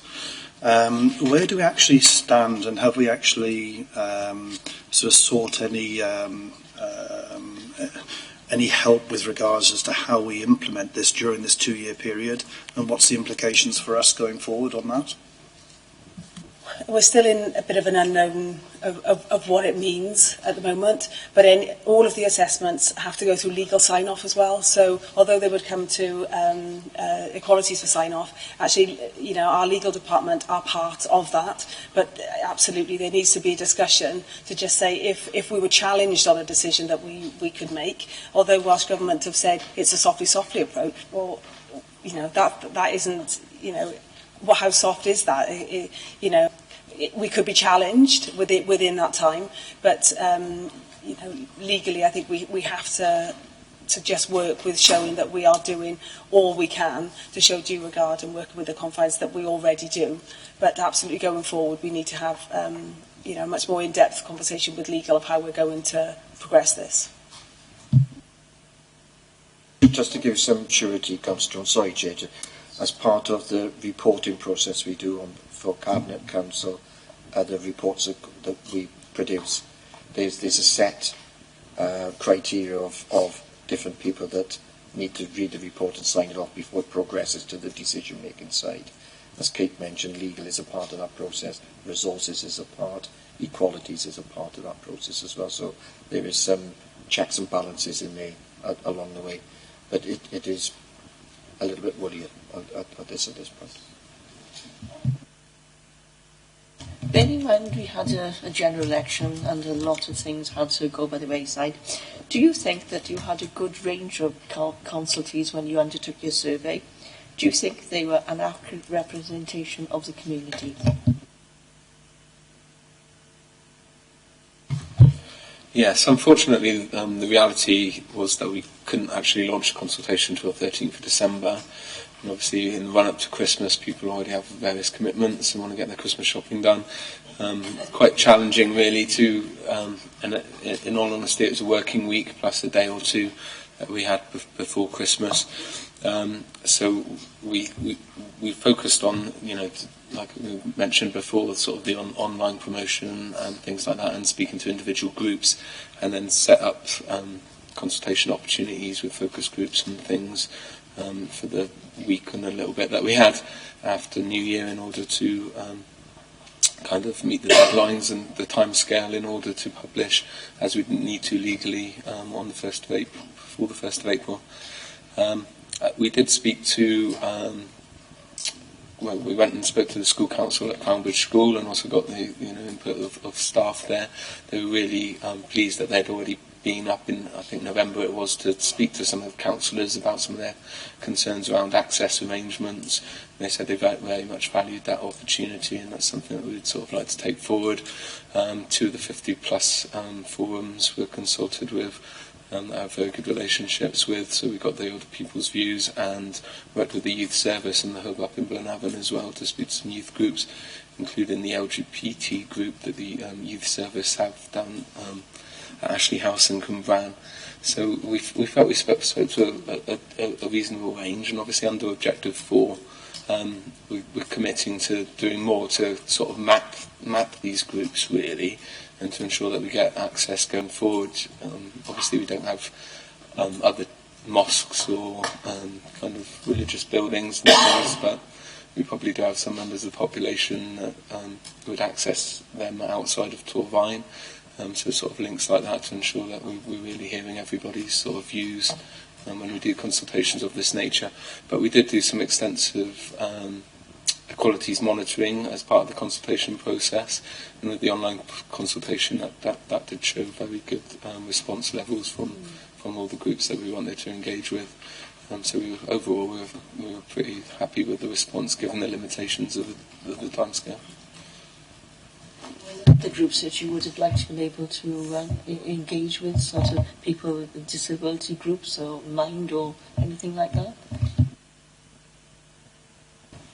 I think there could have been more to do with mental health. I mean, the other challenge as well in terms of resources is that each of those groups that we did see really required a slightly different approach as well. So there was, it would take a couple of hours to prepare for a focus group session, and there might have been different settings, even with the 250 plus forums. There were very different numbers in those groups, and the way, just the way they sit in the room even makes it, you can do kind of things around a table and different things. So, yeah, we would have liked to maybe perhaps do a little bit more with people with learning disabilities and things like that. But as I said, we did have that group. So.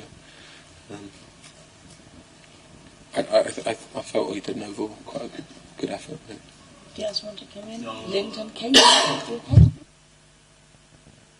Question comes from Steve. Me. You might not like this one. The strategy is very wordy. Could a shorter, more accessible, easy read version be designed in addition to this overarching strategy? It's quite long and laborious, isn't it, really, to read it. But with vital information, I think you were saying. No, I think I made some notes on our previous plan on this, and I think our last strategic quality plan was 45 pages, and this one is 19, 20, but I still think, again, we've cut down so many of those things that we don't really need to go into that much detail. And it's you're absolutely right. What is key for us to information that we want to give to the general public about what we're aiming to do.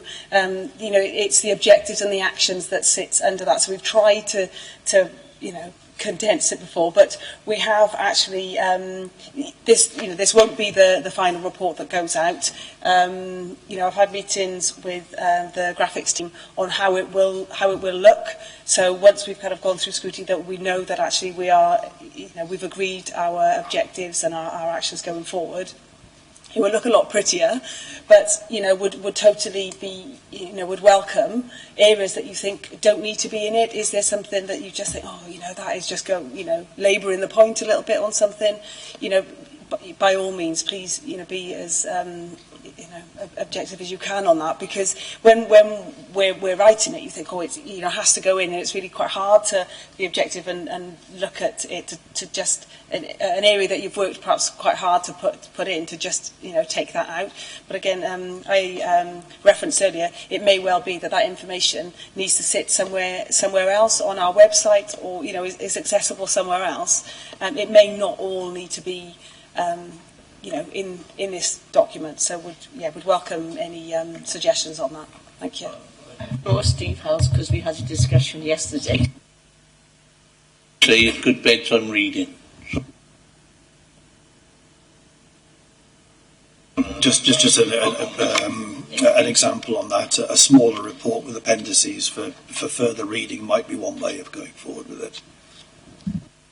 And also, we haven't done this previously, which we don't need to do by March 31st. But like you said, an easier read for those kind of things, just an overview of whatever, of just have it available in other formats, and just say the documents that kind of, sit behind that. Absolutely. Thank you. Next question, please. This is a nice one.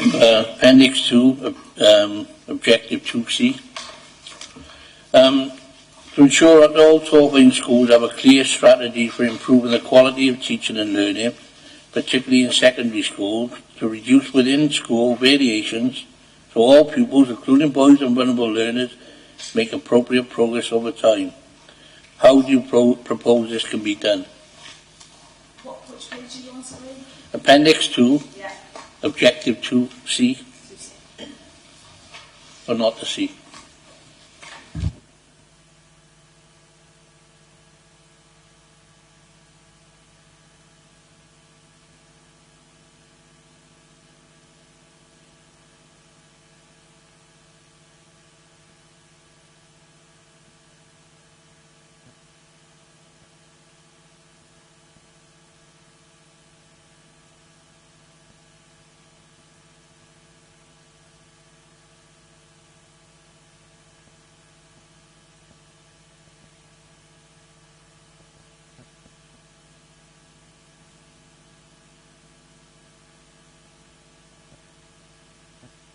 Comment, but as you can appreciate, this will be a hot topic at the moment. Want to come in? Just to add to that, Councillor Evans, obviously, if he was listening to the news this morning, there was a lot there around schools have a duty around equalities and to pick up issues of diversity and issues of concern, in fact, around some issues of radicalisation. So, I sit on a governing board myself, and I'll certainly be reminding the school I sit on that these actions need to be undertaken as well. So schools are already aware, as Kate mentioned, that they have particular duties in this area as part of the overarching school curriculum to undertake. I'll take the next question, which was from Councillor Crick. Abuse against women. The objective doesn't include any violence or abuse which could occur against men. And that's Appendix 2, Objective 2G.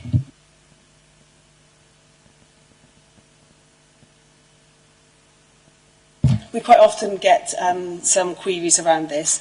The Vowder SB is an act, and it's violence against women, domestic abuse and sexual violence, so it does incorporate men, girls, boys. It's all inclusive of that act. The wording is violence against women, but it is inclusive of all. Under the Equality Act, that's not stated in it, under the Equality. The Equality Act, and as part of that duty, we should be stating that men's on there, even though it does state women. That should be the case on part of that. We should be stating men as well, because it's under the equality. Legislation. Yeah, the legislation states what it is, but I'm more than happy to reference, in brackets, to be mindful this absolutely includes. Yeah, by all means. Yeah, thanks.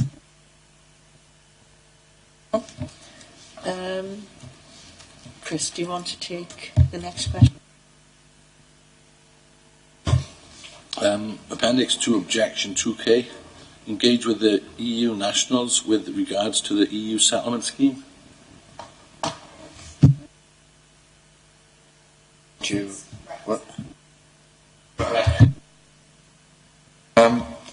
There's a requirement, and part of the activity that Kate touched on earlier on in relation to the 2 additional officers that we've got here in working across the borough is literally promoting the EU opportunities for EU to do their settlement application forms.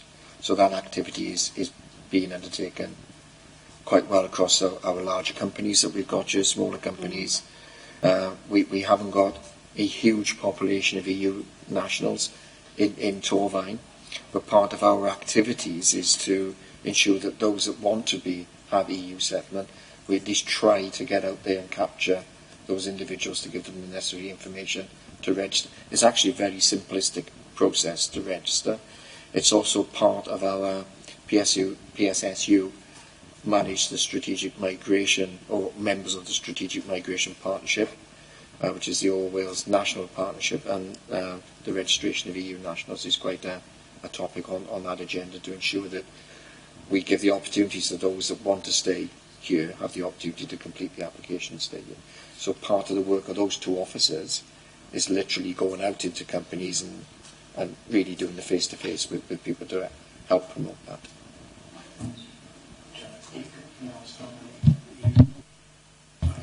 Do you want to come in on it? Go on. Yes, it was just asking a question. Do we have a number of how many people might be affected by that? I think there was I haven't got the number to hand, but I know an earlier conversation with Mike Morgan that is actually working on this morning. It was a question that came from our comms team, so I know that we have that information down to the detail, how many people have actually engaged in this process, and we do have that information, so I'm more than happy to share that. Yeah. Yes.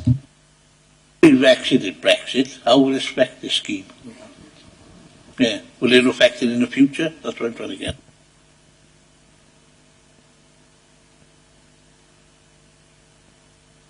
We're actually in a transition period at the moment anyway. So there's, it's the work that, it's activity happening all across the UK. Actually, I didn't know whether there was a cut-off point at some point. I'm not, I haven't got a specific date in my head about that at the moment. But, it'd be something we could go back and have a look at in a similar way that, and perhaps come back to you in the same way that Councillor Jones is asking for numbers. Is that okay, Councillor Jones? Just with that, have we got something in place to make sure that all of these people are actually contacted and given an opportunity to engage with this? Because that was around the question, because there's one thing knowing how many people had already engaged, but it was very important to know how many people should have engaged and what efforts we're making to make sure that we contact everybody who might be potentially affected by this. Yeah, there's a database of people that need to be contacted, and as Lyndon said, the teams will go into all of those that may slip through the radar, that may not be on a database, to absolutely make sure that we capture everybody and that everybody has the fair and equal opportunity to be able to engage in that. So I think, I know we've had additional funding to support officers to do that, but a huge thanks to the officers involved that have gone above and beyond, have done shifts in factories, have done this. They've really done that to make sure that we really are capturing everybody, and that it's not a daunting process. It's okay, So I think there's a lot of work done there. So a big thanks to the team for that. And in fairness, the central government process on this is very simple. It's not a complicated process. So it's trying to make it as easy as possible. But I wouldn't want the committee thinking that everybody is engaging in this. We are going out.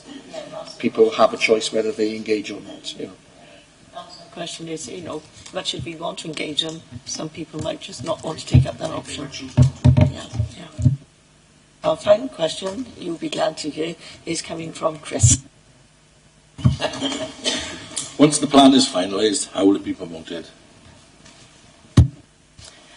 We have a legal duty to publicise it on our internal and external websites.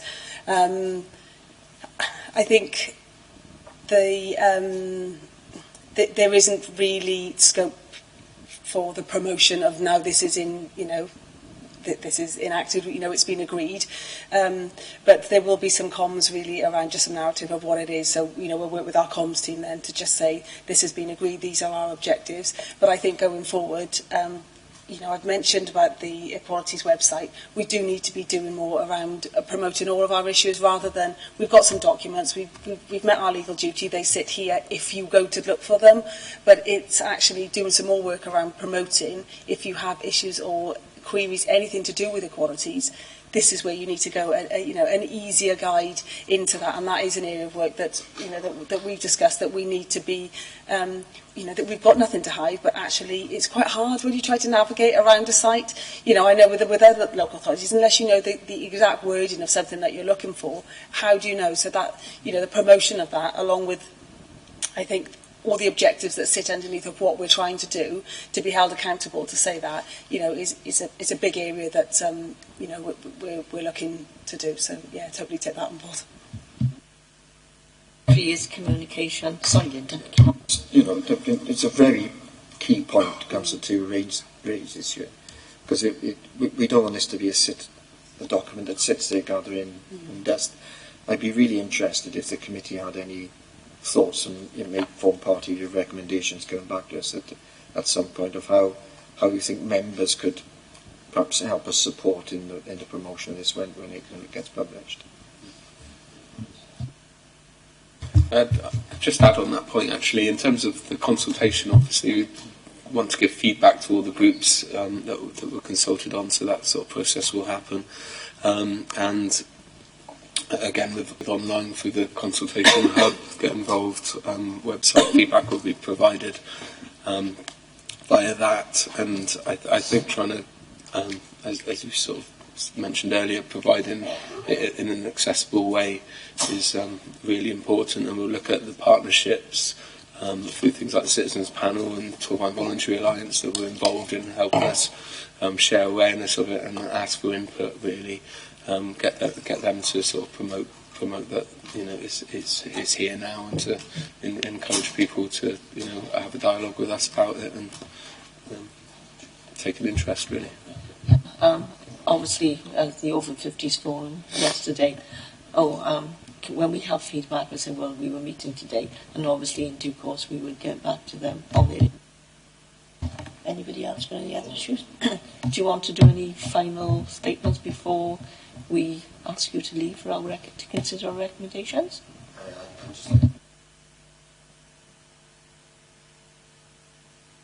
We appreciate your time. You've obviously read the reports really well, and the questions being really pertinent. It's been very helpful. Thank you. It was a very comprehensive report, even though it was laborious. There was a lot of information. It was a lot of information in there, but I can appreciate you've got to put it in there. But if you could find some way to sort of compress it a bit, it would be tremendous for everyone, I think. And I think with having two subjects to discuss, there's an awful lot of reading, going over and over in my mind sort of midnight. But on behalf of everybody, we just thank you, Lyndon, Kate and Steve, for coming and being subjecting to this question. It must be like being on Mastermind, I suppose. But thank you all very, very much.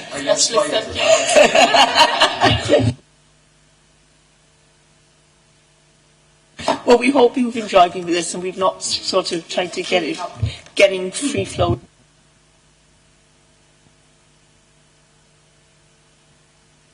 Thank you.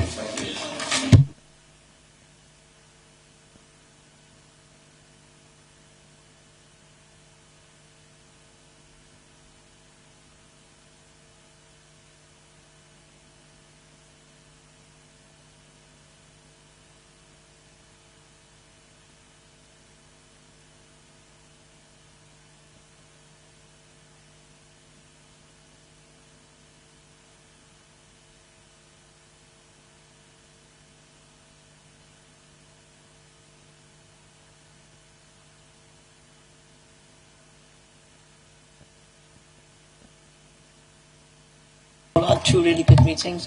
Obviously, they appreciative of the questions we put to them already. Some of them might be difficult, but now we have to go to scrutiny and access the information or recommendations for this particular group of people. So I'm going to have anybody got anything to say. If not, I'll hand you over to Becca. Linda brought up that it could go to members, and if they got an idea of promoting it, I think that should be sent out to all members, not just us on the committee. Yeah. I mean, that might be a positive approach. I mean, that's a fair comment on that. Do you as a committee have any proposals on how you would recommend it? I think they could be used in council surgeries. I think promotion in the resource centres or possibly the health centres, which are now sort of acting all as one of prevention and have the early years and the open door or the front door thing. That might be a good way of getting word over for those who are not actively involved on IT and websites, etc. Chris? Well, there's lots of Facebook sites councillors got they can post on, and there's the Torvine website we can post on, so it'll get around. You do need to put it in, like, I don't know, doctor surgeries and whatever. Yeah, that's what I said, yeah. The smaller. Smaller, yeah. The smaller. I mean, just on that, I mean, very often in these places that you go into, there's usually a rack with like a small a document in whatever little folder things, everything you wanted to know about stuff that you hope you'll never get, in the doctor surgeries. Maybe something like that for some of our council policies in appropriate places so people can... I think our local libraries as well. We've got to be mindful of the cost. The ones that we have left. But we have to be mindful of two things. Number one, the cost of actually producing these things. They'll have to be relatively small and easily producible, and not produced in such quantities it's going to be a burden. But it might just be there because people aren't going to take them in great quantities. But at least it is available to them to be able to sit. And as you say, maybe in places where they can read it and put it back. I mean, if we have a small allocation in the libraries, because I think Cumbraen Library is used extensively. But it's the option there for people to take them if they want to. I agree with you, not having large sums, maybe 1 or 2 copies or something, and the smaller the better, and more compact would be a lot easier for people. I mean, we have notice boards as well, just little leaflets, and someone could come and ask the councillor, can you give me information on that, or where would I go to get more information, just awareness. Liz, can I ask, do you have any comments on the strategy itself? They obviously asked whether you have any views on if there's any parts you think there could be less information on, or... I think that like Steve brought up when we were discussing yesterday, a bit more condensed approach, or bullet points, not sort of giving information might although it's stored, which is not necessarily having any impact on what we're talking about. What I noticed, you probably find, if you look back through it, duplication. Mm-hmm. They're going out and regurgitating over onto the next thing. They're not the only ones, the fire service doing sometimes as well, but that probably cut most of that out, Yeah.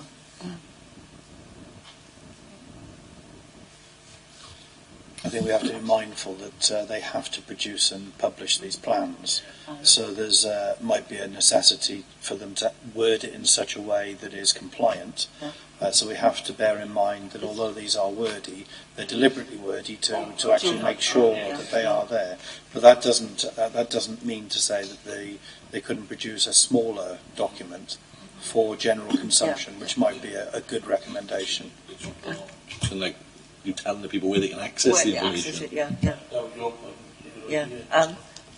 The other point we want to raise, when we have the updated plan in action after April the 1st, 2020, it was suggested that we possibly make a recommendation to have a council seminar on it.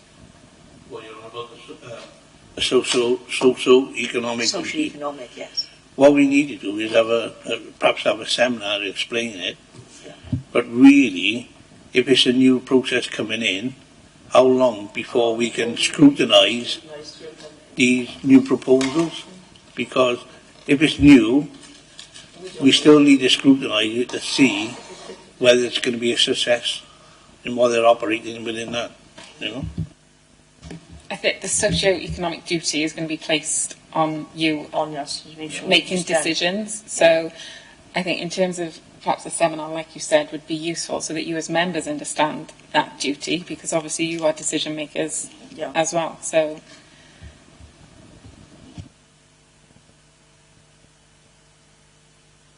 you're saying, but we can't implement it. We are the people that are looking at it, but the implementation is by yourself.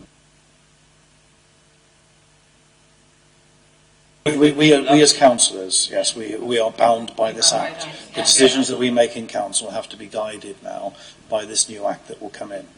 And that is something, that's why the seminar is really necessary, because we need to know what the implications on us are and how we're going to be monitored. And then we've obviously got scrutiny on how we actually do it as a council. That's separate. Councillor Crick did pass me a note with regards to the importance of training, and links with the well-being. So whether you're happy with that? Yeah. The only other question I picked up on was when I asked him of the cross-border the survey, and they hadn't spoken to Mind or anything. I mean, there are issues of equality with people. And bearing in mind that a lot of young people having mental issues now, I think they would, they have to broaden their horizons and try to. Yes, we had the election, so it was really had to be in a short time. But we are all talking under the Wellbeing Act as well. The issues with mental health, which is right across the board, affecting children in school. So I think that they really need, and also disability groups, which weren't addressed, although they were chewing there from Lam, which I didn't mention. But there are issues for disabilities right across the board in all our areas, and they really need to be consultation. The other point, they were very vague when we mentioned about the men. Yes. That under the Equality Act, it's very important, and that's got to be integrated within the policy. So that was one of the other recommendations that I'd noted down for you, Councillor Evans, was the rewording of that objective 2G to include men. Otherwise you'll come back. Although it's been brought up, we haven't actioned it. Okay. Did you pick up the point that we made with regards to the training for the council officers for the implementation?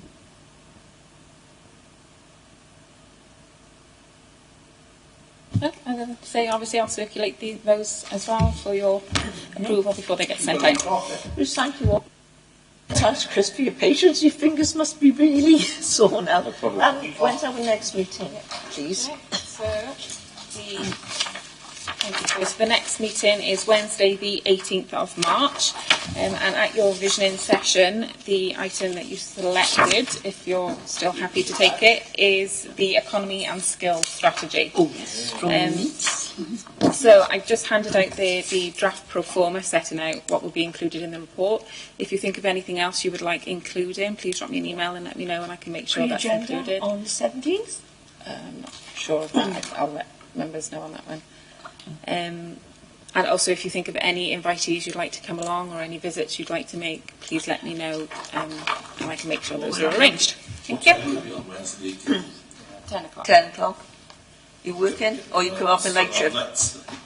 Or we'll understand. Sorry. Sorry, can I ask the committee, is 10 o'clock, I'm mindful of the attendance yesterday and mindful of the attendance today, is 10 o'clock in the morning the best time for members of this? Most of us, bearing in mind yesterday, it was a catch-up on other meetings following the election, and hopefully after this week things will go back to normality.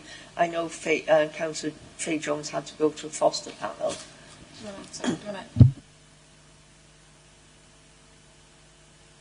Okay, the meeting closed.